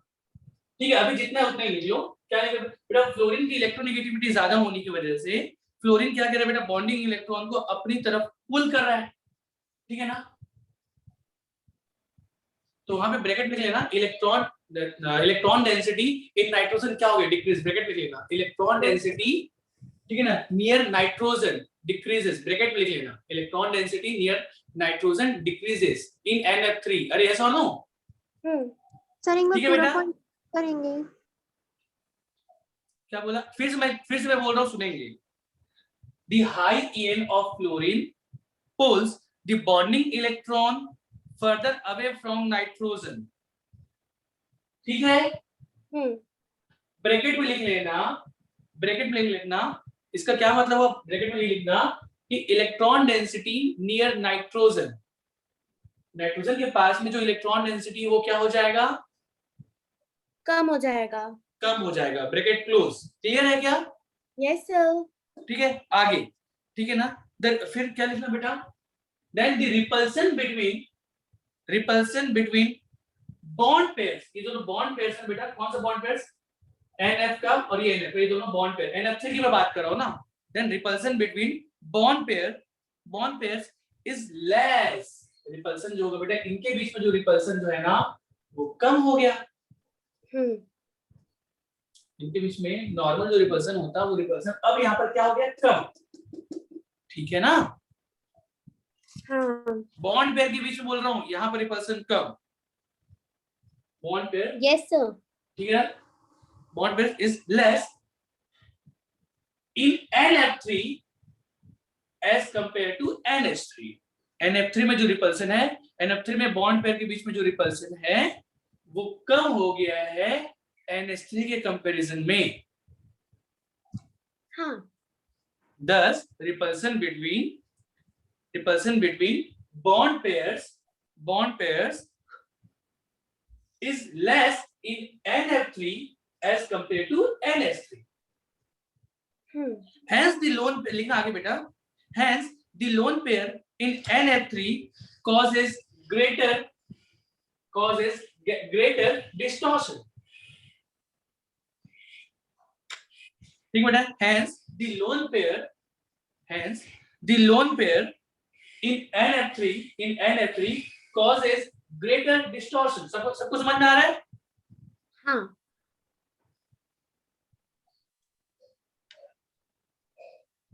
बस, तो अगर ग्रेटर डिस्टॉर्शन अगर ये करेगा, ठीक है बेटा, बस कहानी इतनी से खत्म हो गई। ग्रेटर डिस्टॉर्शन करेगा बेटा तो यहाँ पर ये और ज्यादा बेंट होगा, NF3 जो होगा बेटा इसमें बॉन्ड पेयर जो हो जाएंगे क्योंकि इनके बीच में रिपल्सन कम हो गया है तो ये और भी ज्यादा कॉन्ट्रैक्ट हो जाएंगे, कॉन्ट्रैक्ट होंगे तो बॉन्ड एंगल कम हो जाएगा एज कंपेयर टू NH। सबको समझ में आ रहा है क्या?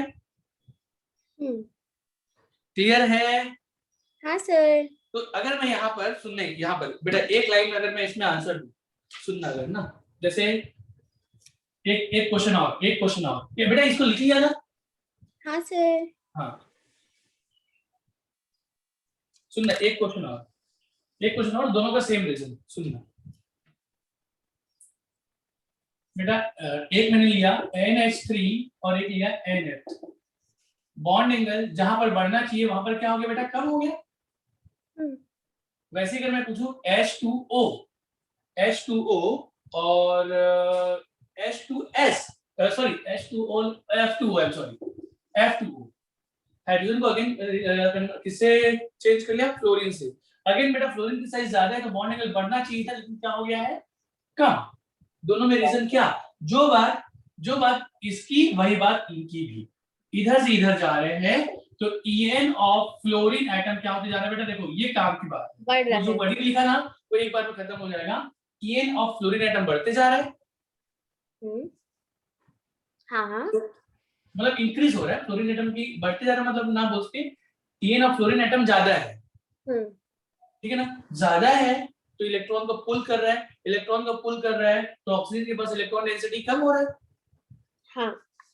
इलेक्ट्रॉन डेंसिटी कम हो रहा है तो क्या, तो बॉन्ड पेयर के बीच में रिपल्शन कम हो रहा है, बॉन्ड पेयर के रिपल्शन कम हो रहा है, डिस्टॉर्शन ज्यादा हो रहा है, डिस्टॉर्शन ज्यादा हो रहा है तो बॉन्ड एंगल कम हो जा रहा है। तो बस ये ना फ्लोरीन एटम ज्यादा तो बॉन्ड एंगल कम। समझ में आ रहा है क्या? बढ़ते जाएगा तो फिर बॉन्ड एंगल कम होते जाएगा ना। हाँ, अगर दो स्पीशीज है जिसमें किसी एक की, जैसे अब ऐसा ना, इसी में ध्यान में रखना बेटा, इसी को ध्यान में रखना इंपॉर्टेंट। आपको समझ में आ गया है ना? हाँ सर आ गया। ये आप इसको एक्सेप्शन कहना चाहते हो तो लिख लेना भैया, कम से कम याद तो रहे। ठीक है? हाँ सर। हाँ, तो ये ध्यान में रखना। वाटर बेटा H2O का जो बॉन्ड एंगल होता है ना वो 104.5 होता है, इसका 103 पॉइंट समथिंग होता है, 3.1 होता है। ठीक है? Yes sir. हाँ चलो, तो ये प्लीज इसको आप लोग ध्यान में रखेंगे। चलो नेक्स्ट। तो बेटा ये हमने देखा फर्स्ट पॉइंट नंबर 1 क्या देखा था? पॉइंट नंबर 1 क्या देखा था? Bond angle increases with increase in of size of side atom. ठीक है ना? अब यहाँ पर हमने साइड एटम की बात की, अब साइड एटम को चेंज करके अब मैं आता हूँ सेंट्रल एटम में। तो सेंट्रल एटम की साइज बढ़ने पर बॉन्ड एंगल कम। हाँ, अगेन अब यहाँ पर क्या हो जाएगा? बॉन्ड एंगल अब कम हो जाएगा। तो लिखेंगे बेटा, bond angle decreases, bond angle लिख रहे हैं क्या? हाँ sir. Bond angle decreases with increase of size of central atom. With bond angle decreases with increase of size of central atom. Side नहीं क्या? Size of central atom. Size of central atom. सबको समझ में आ रहा है? Yes sir. तो अब ये बेटा, ये अगेन ये वाला पॉइंट जो है ना बहुत ही ज्यादा इंपॉर्टेंट है, बहुत ही ज्यादा। मतलब इससे क्वेश्चन बनते हैं, इंपॉर्टेंट मतलब इससे क्वेश्चन बनते हैं। जैसे एंड बेटा अभी हम लोग बात करते हैं NH3, ठीक है ना? NH3 बेटा स्टैंडर्ड में चेंज करता हूं, PH3 ASH3, AS है ना आर्सेनिक, ASH3 SbH3, इधर से इधर जा रहे हैं हम लोग। तो सेंट्रल एटम की साइज क्या होती जा रही है बेटा? बढ़ते जा रही है। अरे यस और नो? Yes sir. तो बॉन्ड एंगल बढ़ते जा रहे हैं। देखना जैसे लिखूंगा वैसे ही लिखना, जैसा लिखूंगा वैसे लिखना ना। अगेन बेटा हम लोग बात करते हैं, जितना लिखूंगा उतना ही लिखना ना। थोड़ा सा यहाँ NH3 और इधर लिखना H2O, दोनों के बीच में स्पेस देना ना, इन दोनों के बीच में थोड़ा सा स्पेस रखना।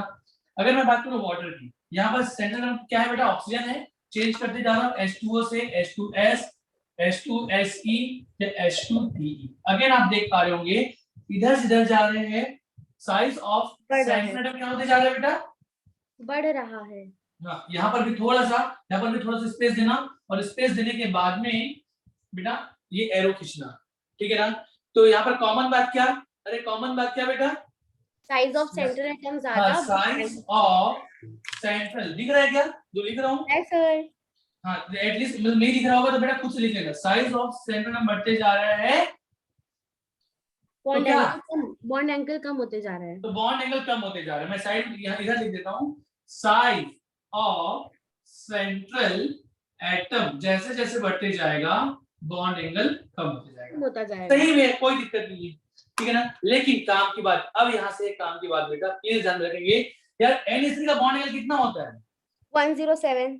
107, ठीक है बेटा। वाटर में बॉन्ड एंगल कितना होता है?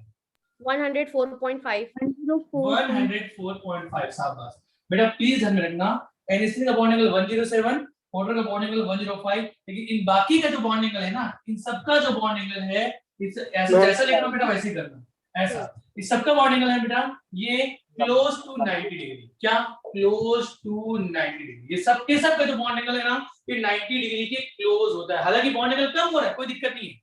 107 बेटा। PH3 का बॉन्ड एंगल कितना होता है? 93.4। इसका होता है बेटा 93. एग्जैक्ट लिख देता हूं मैं, लेकिन याद नहीं करना है, याद करने का कोई मतलब नहीं है। 93.4 डिग्री इसका होता है बेटा 91.5 डिग्री, याद करने का कोई मतलब नहीं है। इसका 91.2 डिग्री होता है, याद करने का मतलब नहीं, बार बार बोल रहा हूँ। इसका होता है बेटा 92 डिग्री, ठीक है। H2Se का होता है 91 डिग्री और इसका H2TE का होता है बेटा 89.5 के आसपास, ठीक है ऐसा। लेकिन काम की बात क्या, अगेन फिर से मैं जो बताने जा रहा हूं वो काम की बात है। काम की बात ये क्या बेटा, NH3 क्लोज टू क्या लिखे हैं 90 degree, close to 90 degree, 90 degree के आसपास, क्लोज टू 90 डिग्री मतलब 90 डिग्री के क्लोज। अरे क्लियर है क्या? Yes sir. Yes sir. सुनेंगे मैं बेटा ये बातें मैं क्या बोल रहा हूँ फिर से ध्यान सुनेंगे। NH3 का बॉन्ड एंगल है 107, लेकिन 107 NH3 का बॉन्ड एंगल है 107, NH3 जैसे PH3 के इसका बॉन्ड एंगल होना चाहिए था क्या, इसका बॉन्ड एंगल कम होना चाहिए, कितना कम होना, थोड़ा बहुत कम होना चाहिए था, 104 हो जाता, 105 हो जाता। अरे यस और नो? हाँ ठीक है ना। P इधर से S गए तो इसका होना चाहिए था क्या बेटा, इसका होना चाहिए था 105 से कम हो जाता, 103 हो जाता या 100 हो जाता NH3 का। पर ऐसा हुआ क्या? नहीं हुआ। प्लीज ध्यान रखेंगे, NH3 से जैसे PH3 गए बॉन्ड एंगल बहुत ज्यादा डिक्रीज हो गया। हमने ये जब देखा प्रैक्टिकली, ठीक है ना, हम सोच रहे थे थोड़ा बहुत कम होता, 107 से 104 होता या 5 होता, अरे चलो 100 हो जाता, लेकिन बॉन्ड एंगल बहुत ही ज्यादा डिक्रीज हो गया। ये सब का जो बॉन्ड एंगल था, ये सब के सब जितने भी मैंने लिखे बेटा, ठीक है ना, चाहे PH3 हो, अगेन हम लोग जैसे बात करें H2O का था, H2O का 104.5 होता है बेटा, H2S का हमने सोचा कि ठीक है सल्फर की साइज बढ़ गई है, बॉन्ड एंगल कम होना चाहिए, 104 से कम होगा, अरे 100 होगा, ये 99 होगा, ये 98 होगा, लेकिन कितना था बेटा 92 डिग्री, 90 डिग्री के क्लोज था। तो ऐसा क्यों, ये अगेन एक क्वेश्चन बन जाता है। जब कितना डिक्रीज हो गया, ये भी एक क्वेश्चन बनता है। वेरी वेरी बात समझ में आ रहा है बेटा? हाँ सर। चलो, तो इसके पीछे ना मतलब ऐसा क्यों होता है, मतलब ऐसा क्यों होता है कि इसका बहुत ज्यादा है बॉन्ड एंगल और जैसे इसके नीचे गए इस सबके सब कि बॉन्ड एंगल बेटा 90 डिग्री क्लोज है, मतलब इसका भी 90 डिग्री क्लोज, इसका भी, मतलब इनके बीच में डिफरेंस कम है, बॉन्ड एंगल जरूर कम होते जा रहे हैं, लेकिन इनके बीच में डिफरेंस कम है, और ये सबके बॉन्ड एंगल जो बेटा 90 डिग्री के क्लोज है, क्यों है? इसके पीछे बहुत लोगों ने अपनी अपनी थ्योरी दी। कुछ थ्योरी जो है बेटा वो आज हम लोग सबसे बेस्ट थ्योरी जो लगती है आज हम उसको मानते हैं और उसी को पढ़ते हैं, ठीक है बच्चों? तो इसके बारे में हम लोग डिस्कस करें। बात मैं जो बताना चाह रहा हूँ समझ में आया क्या कि क्या बताना चाह रहा हूँ? जी सर। बॉन्ड एंगल कम हुआ, लेकिन जितने भी इसके नीचे के जो ग्रुप थे नाइट्रोजन के, जिनकी साइज बढ़ गई, ये सब के सब 90 डिग्री क्लोज थे। वाटर के भी नीचे वाले जो थे बेटा वो 90 डिग्री क्लोज थे। ऐसा क्यों? तो चलिए, तो इसका रीजन आप लोग ध्यान से सुनेंगे। ये क्वेश्चन पूछा जाता है, मिटाओ इसको बेटा। Yes sir. ठीक है ना, तो किसी एक को लूंगा बेटा, आप ले लो NH3 PH3 को ले लो, या H2O या H2S को ले लो। जो बात PH3 की वही बात इन सब की, जो बात H2S की वही बात इन सब की। अरे समझ पा रहे हो क्या? Yes sir. चलो, तो सुनेंगे ध्यान से। तो इसके पीछे का रीजन ये बताया गया बेटा, क्या बताया गया उसके बाद ध्यान में रखेंगे ना। क्या होता है वो तो किसी को नहीं मालूम है ना, सब अपने लोगों ने अपना अपना क्या दिया बेटा, एजम्पशन दिया, और जो एजम्पशन ज्यादा ठीक लगा उसको फॉलो करते गए। तो ये बताया गया, अब ध्यान से सुनना, और इस रीजन को बस यही नहीं ध्यान रखना, बाकी जगह पे नहीं। कैसे सुनेंगे बेटा? बताया गया कि NH3 में, बताया गया क्या कि NH3 में जो ओवरलैपिंग हुआ है, जो बॉन्ड फॉर्मेशन हुआ है, तो वो जो बॉन्ड फॉर्मेशन है, ये बॉन्ड का जो फॉर्मेशन किस ओवरलैपिंग से होता है, उस ओवरलैपिंग जो था क्या बेटा, sp3s ओवरलैपिंग। आप लोग जानते हैं नाइट्रोजन में, नाइट्रोजन का क्या है बेटा, ये 2h2 2p3, ये इसका इलेक्ट्रॉनिक कॉन्फ़िगरेशन होता है। Yes sir. और जब बेटा इसने हाइड्रोजन किया, एक s3p, और ये क्या बना बेटा, sp3 हाइब्रिड ऑर्बिटल कितने, 4। तो ये चारों अरेंज हुआ बेटा, ये लाइक ऐसा, ये 1, ये 2, ये 3, ठीक है ना बेटा, और ये 4। सबको समझ में आ रहा है क्या बेटा? ये नाइट्रोजन है, सेंट्रल एटम का है नाइट्रोजन, ये इसका लोन पेयर, ये एक इलेक्ट्रॉन, और हाइड्रोजन आता है बेटा, ये यहाँ पे नाइट्रोजन था, लिखना चाहोगे तो ऐसा लिख लेना, ये नाइट्रोजन है, और यहाँ पे हाइड्रोजन आया, हाइड्रोजन का भी एक इलेक्ट्रॉन इसके साथ ओवरलैप हो गया, हाइड्रोजन का एक इलेक्ट्रॉन इसके साथ ओवरलैप हो गया, हाइड्रोजन का एक इलेक्ट्रॉन इसके साथ ओवरलैप हो गया। तो इन NH3 मॉलिक्यूल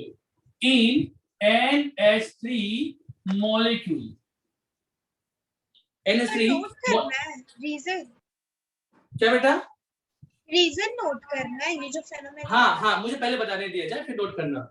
इन NH3 मॉलिक्यूल NH, ये NH बॉन्ड फॉर्म बाय पहले सुन लेंगे ना अच्छे से। बॉन्ड फॉर्म बाई कौन सा ओवरलैपिंग बेटा? sp3s sp3s overlapping. अरे समझ पा रहे क्या?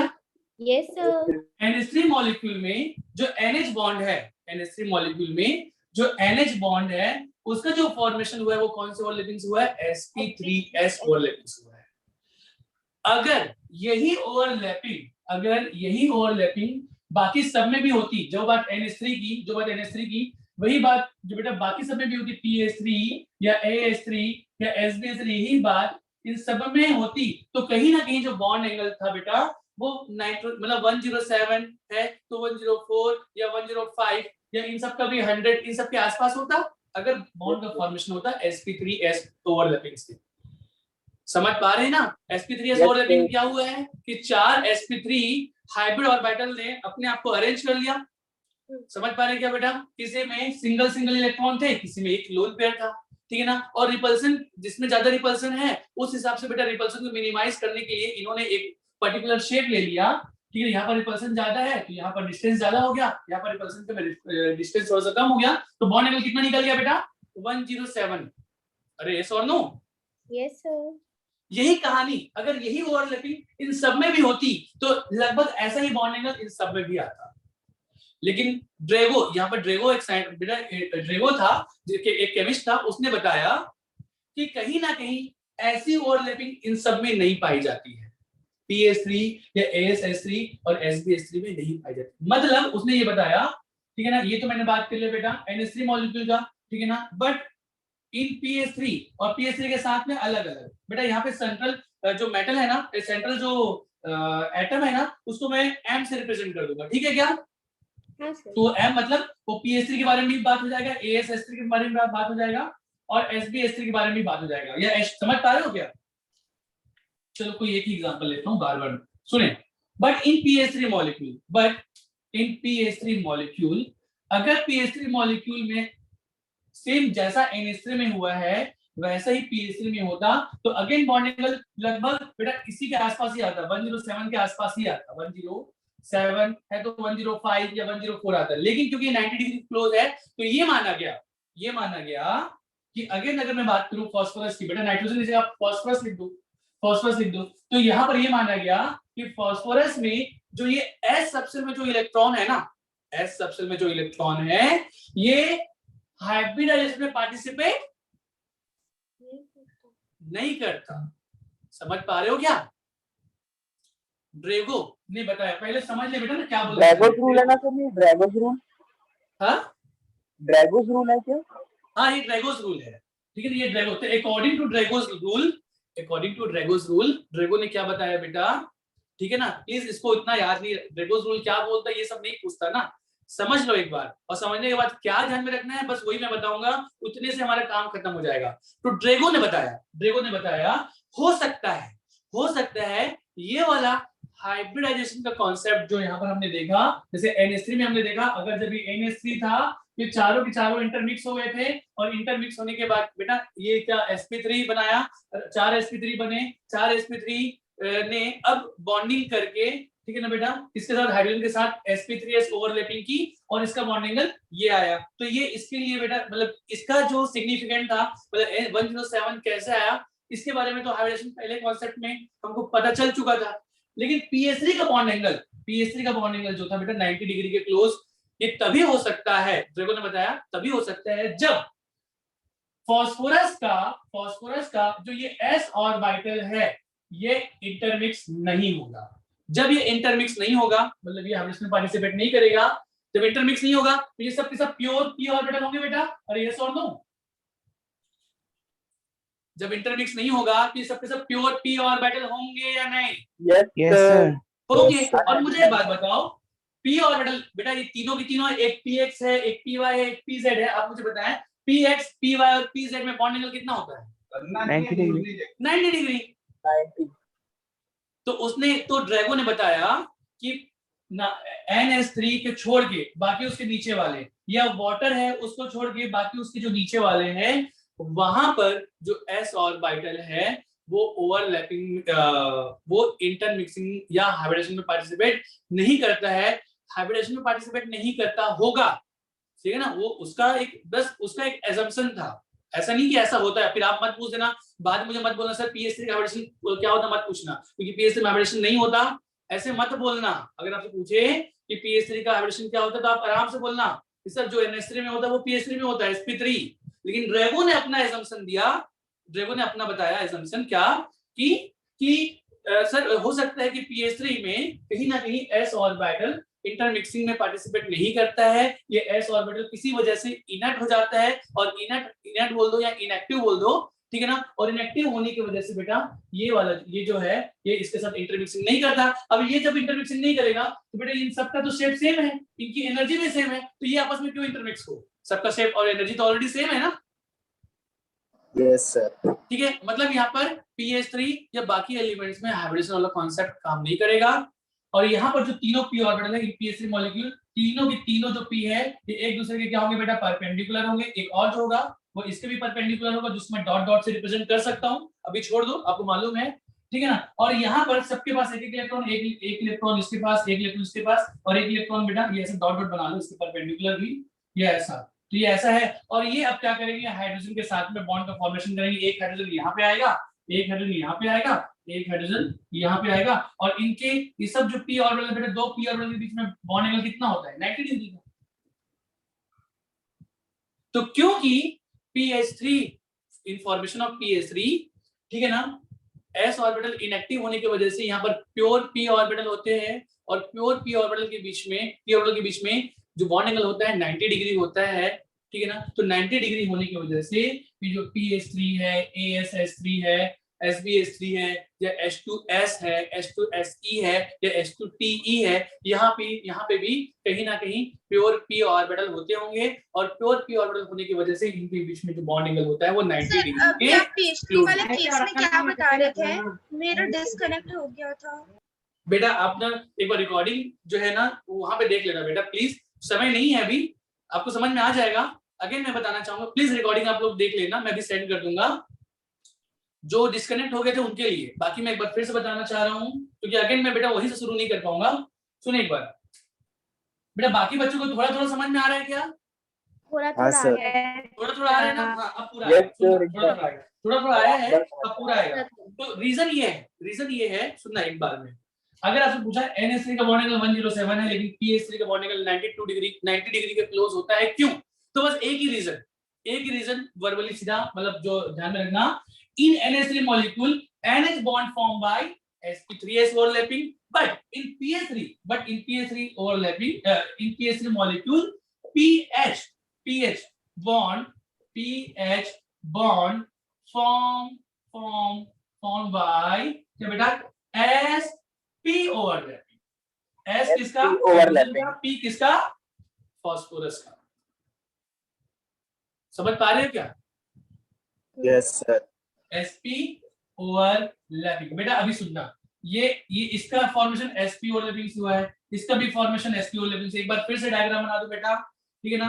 यहाँ पर ये pH3 मॉलिक्यूल देखेंगे तो pH3 में 3 p ऑर्बिटल है, 3 p ऑर्बिटल में 2 p ऑर्बिटल बनाऊंगा, एक p ये हो गया, एक p ये हो गया, तीसरा p इसके परपेंडिकुलर होता है ऐसा, लेकिन मैं यहाँ पर नहीं बना रहा हूँ वरना डायग्राम आपको समझ में नहीं आएगा। 2p की बात समझ लो, इन 2p में ये 2p का समझ लो बेटा, इसको रहने दो। तो ये जो p है इसका यहाँ ये p ऑर्बिटल, ये h का s, ये p h का s, लाइक ऐसा, समझ पा रहे हो क्या। तो यहाँ पर ये ओवरलैपिंग होगी, इसका ये ओवरलैपिंग, तो ये sp ओवरलैपिंग, ये भी sp ओवरलैपिंग, सबको समझ में आ रहा है क्या। और दो p ऑर्बिटल के बीच में बॉन्ड एंगल कितना होता है, 90 डिग्री। 90। हाँ, तो यही बताया गया कि हो ना हो pH3 में pH बॉन्ड का फॉर्मेशन sp ओवरलैपिंग से हुआ है, sp ओवरलैपिंग से हुआ है, और pp के बीच में जो बॉन्ड एंगल होता है वो 90 डिग्री होता है। तो कहीं ना कहीं ऐसा ही कुछ होता होगा, इसी वजह से pH3 और बाकी सारे जो और मॉलिक्यूल थे उसमें जो बॉन्ड एंगल है वो 90 डिग्री के क्लोज है। इसका एकदम बेटा इसका जो ना एक्यूरेट जो रीजन है वो अभी तक नहीं आया है, यही सबसे अब तक सबसे ज्यादा बेहतर बोल सकते बेटा रीजन यही है, जिसको किसने दिया, ड्रैगो ने दिया। क्लियर है क्या, सब सही है जो भी आप बताएं, ठीक है। pH3 में वैसे जैसे आप बता रहे वैसे ही होता है 90 डिग्री पर। तो सर स्पेस कहाँ बचा जहाँ पर वो जो लोन पेयर का इलेक्ट्रॉन है वो एग्जिस्ट करेगा, वो कहाँ एग्जिस्ट करेगा, मानते हैं वो s ऑर्बिटल में करेगा। वही बोला कि ये जो है ना बेटा वो लोन पर ना इनर्ट होता है, वो एक सेकंड मतलब यहाँ हाइब्रिडाइजेशन नहीं हुआ है। हाँ, तो हाइब्रिडेशन नहीं हुआ है, मतलब एस ऑर्बिटल में जो इलेक्ट्रॉन पेयर थे वो इनर्ट थे, तो वो इंटरमिक्सिंग नहीं हुआ, तो वो पड़ा हुआ है साइड में, उससे कोई मतलब नहीं है। ये बात ठीक है ना बेटा? ये लोन पेयर ने पार्टिसिपेट किया ही नहीं है, तो वो लोन पेयर के फॉर्म में रखा ही हुआ है जहां पे भी है। ठीक है, बस ये तीनों ने पार्टिसिपेट किया बस। ठीक है बेटा, तो चलो, तो अगर समझ में आ गया है तो जो बातें मैं लिखाऊंगा उतना नोट करेंगे, लिखेंगे सर। बस। तो काम की बात सुनेंगे, काम की बात बेटा, जो काम की बात है उतना ही, इतना सब कुछ समझाने के लिए था। अगर लिखना चाहते तो भले इतना लिख लें, ये सारी बात इंपॉर्टेंट है ना सुनना, लेकिन जो जो जो पॉइंट इंपॉर्टेंट है वो यही है, जो पॉइंट बात थी, इन NH3 molecule NH bond form by sp3 overlapping, ठीक है ना, बट इन PS3 या PS3 के साथ साथ बाकी सब भी ना बेटा, जो मैंने पूरे डब्बे में बंद किया है, इन पूरे डब्बे में जो लीड कर रहा है वो कौन कर रहा है? PS3। जो कहानी PS3 में, वही कहानी बाकी सब में भी। क्लियर है क्या? है ना?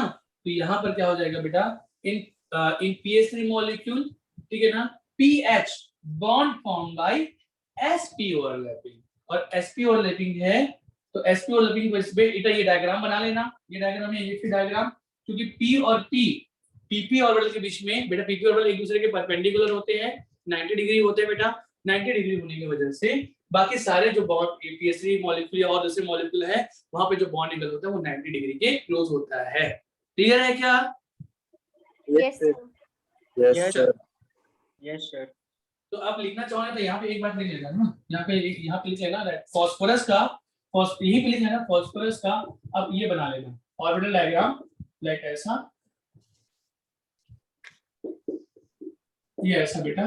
तो ये जो है ना, ये इसमें फास्फोरस है या बाकी सब में बेटा, ये जो s ऑर्बिटल है ना, ये इनएक्टिव हो जाता है। ये क्या हो जाता है?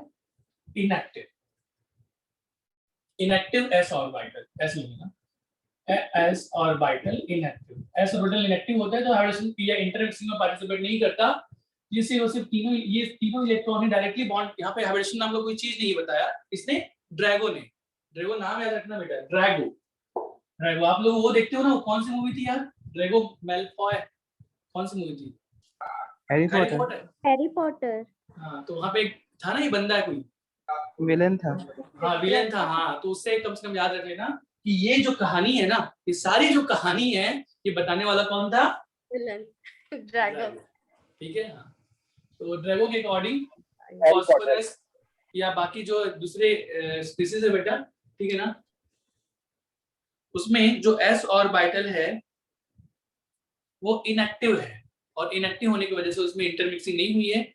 इंटरमिक्सिंग नहीं होने की वजह से सिर्फ और सिर्फ p ऑर्बिटल ही डायरेक्टली, प्योर p ऑर्बिटल ही डायरेक्टली बॉन्ड फॉर्मेशन में पार्टिसिपेट करते हैं, और जिसकी वजह से इनका जो बॉन्ड एंगल है, ठीक है ना, बॉन्ड एंगल बिटवीन बेटा, प्लीज बॉन्ड एंगल यहाँ पर pH bond form by sp overlapping, तो बॉन्ड एंगल जो होता है बेटा बिटवीन p ऑर्बिटल वो 90 डिग्री के क्लोज होता है। बॉन्ड एंगल ये जो है ना बेटा,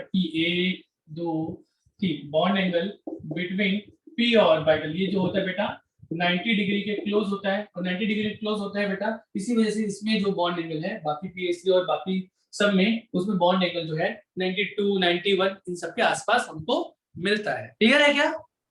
यस सर।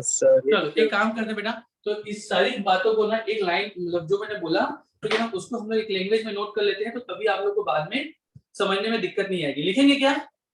Yes sir. जब तक लिखोगे नहीं तब तक आपको मजा नहीं आएगा, है ना? Yes sir. चलो लिख लेते हैं।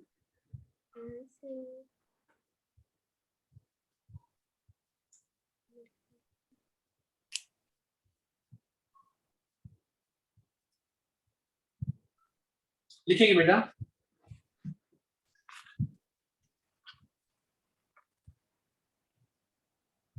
इन NH3 दिख रहा है? Yes sir. In NH3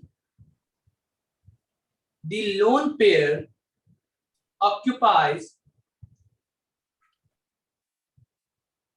and sp3 hybrid orbital, sp3 hybrid, ठीक है क्या,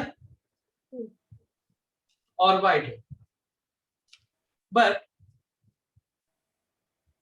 in ps3 ASS3 and sbs3 bond angle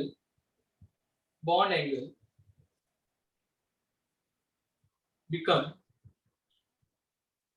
close to क्या बेटा 90 डिग्री to 90 90 डिग्री, ठीक है ना,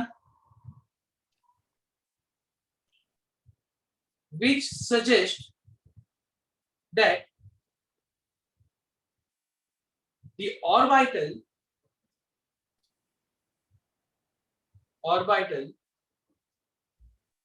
used for MH bonding, बेटा M मतलब जैसे फास्फोरस का P ले लो, इसका S ले लो, इसका S भी ले लो, समझ पा रहे हो क्या,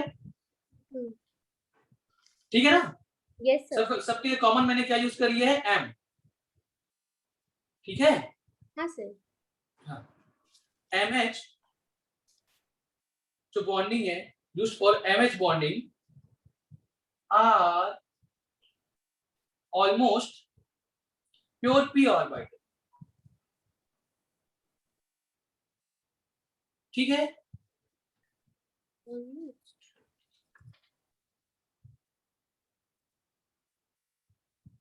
सर एम को क्या बोले थे आप?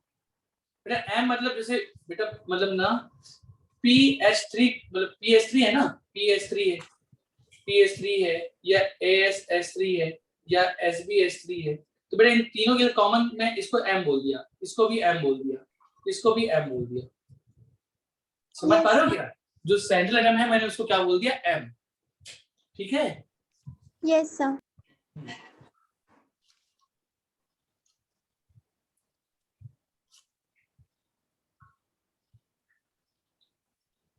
तो बस इतनी सी बात है बेटा, which suggests that the orbital used for MH bonding are almost pure p orbital, और अगर कोई भी कंपाउंड 3 p ऑर्बिटल यूज करता है, ठीक है ना, if the 3p orbital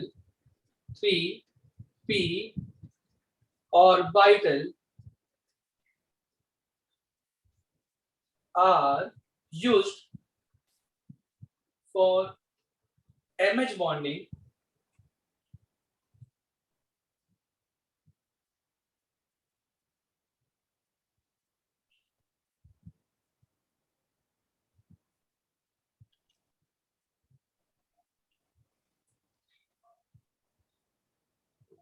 then क्या बेटा, then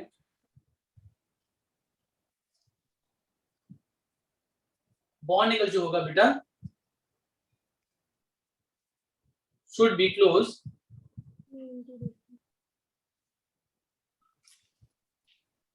to 90 degree,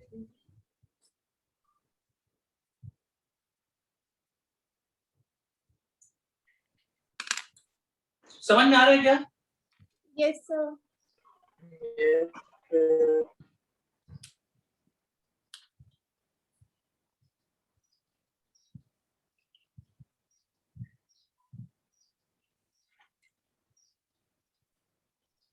बेटा, और जो S ऑर्बिटल होता है, ठीक है ना, वो इनएक्टिव क्यों होता है, इसका भी रीजन उन्होंने बताया, S ऑर्बिटल जो इनएक्टिव होता है क्यों, क्योंकि बेटा वो S ऑर्बिटल नॉन डायरेक्शनल है, नॉन डायरेक्शनल मतलब S का शेप क्या होता है बेटा, स्फेरिकल है, अरे यस और no, yes sir spherical shape होता है, ऊपर से फास्फोरस या आर्सेनिक ये सब के सब जो इनकी साइज होती है वो ज्यादा होती है, लार्ज साइज के हैं ये, है ना, इनकी साइज ज्यादा है और लार्ज साइज है, ठीक है ना, नॉन डायरेक्शनल है, तो इसलिए ये क्या है बेटा, लेस इफेक्टिव है, और लेस इफेक्टिव है होने की वजह से ये इलेक्ट्रॉन पेयर किसी को डोनेशन की टेंडेंसी नहीं रखता, मतलब किसी और को डोनेट करना नहीं चाहता, इसका बेसिक नेचर भी कम होता है बेटा, आप देखेंगे NH3 और PS3 में PS3 का बेसिक नेचर कम है NH3 से, आप देखो एक सेकंड ना, यहाँ पर आप ऑर्गेनिक केमिस्ट्री में अगर पढ़ते हो तो नॉर्मल अगर सोचे बेटा NH3 और PS3 कॉमन अगर सोचे तो नाइट्रोजन की इलेक्ट्रोनेगेटिविटी ज्यादा है, यस सर, फास्फोरस की EN क्या है बेटा, कम है। कम है। तो जिसकी इलेक्ट्रोनेगेटिविटी कम होगी वो लोन पेयर को कम होल्ड करेगा, जिसकी इलेक्ट्रोनेगेटिविटी ज्यादा होगी वो ज्यादा होल्ड करेगा, ज्यादा होल्ड करेगा तो आसानी से डोनेट नहीं करेगा। नहीं करेगा। और इसकी इलेक्ट्रोनेगेटिविटी कम है तो ये आसानी से इसको डोनेट करना चाहिए, तो इसका बेसिक नेचर ज्यादा होना चाहिए, इसका बेसिक नेचर कम होना चाहिए, लेकिन एक्चुअल में ऐसा नहीं होता। और साथ में सर फास्फोरस की साइज भी बड़ी है तो इसमें अट्रैक्शन कम होगा इलेक्ट्रॉन और न्यूक्लियस के बीच में, इसलिए तो इसको जल्दी डोनेट करना चाहिए। वही तो बोलता, अभी तक मैंने क्या बोला, यही तो बोला है ना। आप इलेक्ट्रोनेगेटिव से ले लो ना, साइज ज्यादा, इलेक्ट्रोनेगेटिविटी कम, तो डोनेटिंग टेंडेंसी इसकी ज्यादा होनी चाहिए थी, पर ऐसा नहीं होता। तो इसका जो रीजन है ना वो भी ये ड्रेगो के रूल्स के अकॉर्डिंग हमको मिलता है। इस रूल में इसका भी रीजन छिपा हुआ है। क्या छिपा हुआ है? तो चलो एक सेकंड लिख लेते हैं यहाँ पर, एक क्वेश्चन लिख लेते हैं बेटा, लिखें क्या? Yes sir. क्वेश्चन लिखते हैं, किसी को क्वेश्चन। नॉन डायरेक्शनल होता है। हाँ बेटा देखो, पहले वर्बली सुन लो। नाइट्रोजन जो होता है बेटा, नाइट्रोजन में जो लोन पेयर होता है वो sp3 हाइब्रिड ऑर्बिटल में होता है। सुन ले ध्यान से, इधर देखें एक बार, ठीक है ना, इधर देखें बेटा, इधर देखें, दिख रहा है क्या? Yes sir. NH3 में जो लोन पेयर होता है वो हाइब्रिड sp3, कहाँ गया मार्कर, हाँ, नाइट्रोजन में जो लोन पेयर है बेटा वो डायरेक्शनल sp3 ऑर्बिटल में प्रेजेंट होता है। डायरेक्शनल बेटा, ये sp3 ऐसा एक डायरेक्शन होता है ना इसका, इधर समझ पा रहे हो क्या? हाँ ठीक है ना। इन NH3 जो लोन पेयर प्रेजेंट है वो डायरेक्शनल sp3 हाइब्रिड ऑर्बिटल में प्रेजेंट होता है, ठीक है ना। और इसीलिए ये किसी और को अपना इलेक्ट्रॉन पेयर डोनेट कर सकता है। लेकिन इन pH3 में जो लोन पेयर होता है, इन pH3 की मैं बात करूं बेटा, लोन पेयर वो क्या, s orbital, non directional pure s orbital में प्रेजेंट होता है। समझ पा रहे हो क्या? अरे ठीक है क्या? इन pH3 में जो लोन पेयर होता है वो नॉन डायरेक्शनल, ठीक है ना, प्योर s ऑर्बिटल में प्रेजेंट होता है। और इस क्योंकि नॉन डायरेक्शनल है इसी वजह से ये आसानी से कोऑर्डिनेट बॉन्ड फॉर्मेशन या किसी को लोन पेयर आसानी से डोनेट नहीं कर पाता, या इसकी टेंडेंसी कम होती है, इसीलिए फॉस्फेट लेस बेसिक होता है अमोनिया से। नॉर्मली हम लोग ऑर्गेनिक के पॉइंट ऑफ व्यू से अगर हम लोग देखें, ठीक है ना बेटा, तो हम लोग जो लॉजिक लगाते हैं बेटा ऑर्गेनिक में, आपने वहां पे मुझसे कभी ऐसा क्वेश्चन नहीं पूछा था, ठीक है ना, और नहीं पूछा था तो मैंने बताया भी नहीं था, क्योंकि मुझे मालूम था वो ये क्वेश्चन जो है किसमें आएगा, इनऑर्गेनिक में। अमोनिया और फॉस्फेट में अगर हम लोग बात करें, आप लोग उसको ऐसे भी करते थे कि हम लोग ऊपर से नीचे आते थे तो एसिडिक नेचर बढ़ता था, एसिडिक नेचर बढ़ता है तो बेसिक नेचर कम होता है, आप उसको ऐसे भी ध्यान रखते होगे वहां पर, है ना? हाँ सर। तो आप वहां से कर लेते थे, एसिडिक नेचर कम हो रहा है सर, एसिडिक नेचर बढ़ रहा है तो एसिडिक नेचर बढ़ रहा है तो बेसिक नेचर कम हो रहा है। अच्छी बात थी, आप वैसे कर लिए, काम की बात हमारा खत्म हो गया कि बेसिक नेचर कम होता है। लेकिन अगर हम लोग बेसिक नेचर की अगर हम लोग देखें कि कैसे बेसिक नेचर कम हो रहा है, लुईस बेस को डिफाइन नहीं कर पाते वैसे। हाँ ठीक है ना। तो यहाँ पर बेटा ये लोन पेयर डोनेटिंग टेंडेंसी जो होता है, ठीक है, ये लुईस बेस है, इसकी बेसिक नेचर अमोनिया एक अच्छा लुईस बेस है, लेकिन फॉस्फेट एक अच्छा लुईस बेस नहीं है। क्यों नहीं है? क्योंकि इसकी इलेक्ट्रॉन पेयर डोनेटिंग टेंडेंसी जो है बेटा वो कम है अमोनिया के कंपैरिजन में। ये क्वेश्चन लिख लेंगे, लिखेंगे क्वेश्चन, लिखेंगे क्या बेटा? लिखेंगे सर। क्वेश्चन लिखे यहाँ पर, क्वेश्चन लिखे बेटा। मैं बोलते जा रहा हूँ, NH ऐसे लिखना है, NH3 has more Lewis base character than pH3. Why? More Lewis base character.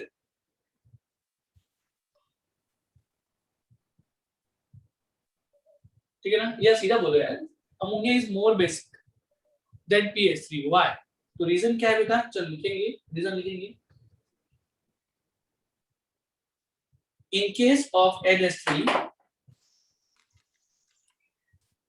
ठीक है ना, क्या the lone pair present, the lone pair is present, क्या बेटा, in on directional, क्या sp3 hybrid orbital। सर एक बार रिपीट करें। बेटा लिख रहा हूं मैं, स्क्रीन शेयर किया हुआ है ना। अच्छा, In case of ammonia, the lone pair is present in on directional sp3 hybrid orbital। समझ पा रहे हो क्या? Yes, sir. That's why it is more basic. हाँ बस, ठीक है ना। So they can be donated easily, yeah, that's why, है ना। So they can be donated easily, ठीक है बेटा। बट अब यहां से, बट क्या, in case of phosphorus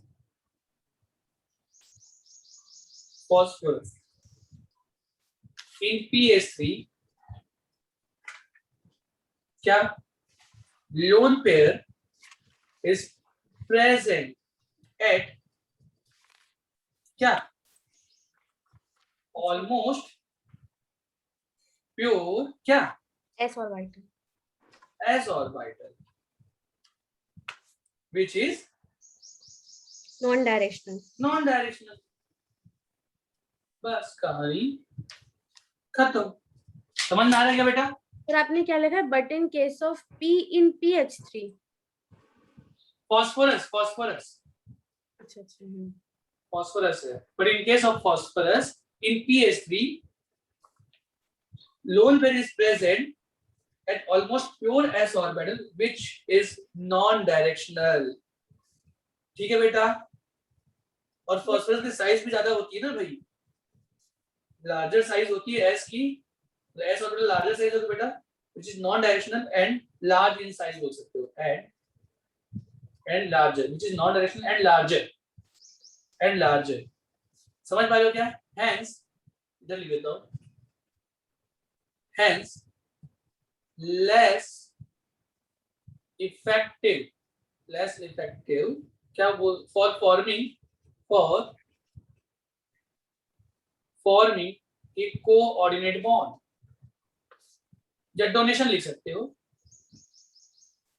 hence less effective for donation। अरे ठीक है क्या, forming, अरे हाँ ना बोलो भाई। Yes sir. काम की बात, for सर वो क्या लिखे थे?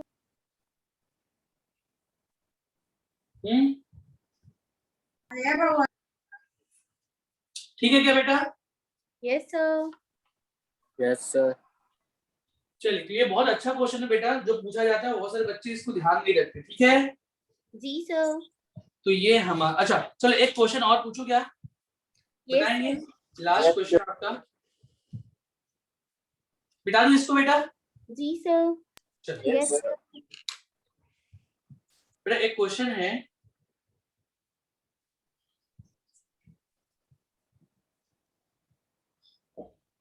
what is the bond angle of H2O? ये आया क्वेश्चन है ना, as compare with H2S। Option number 1 lower, option number 2 equal, option number 3 slightly,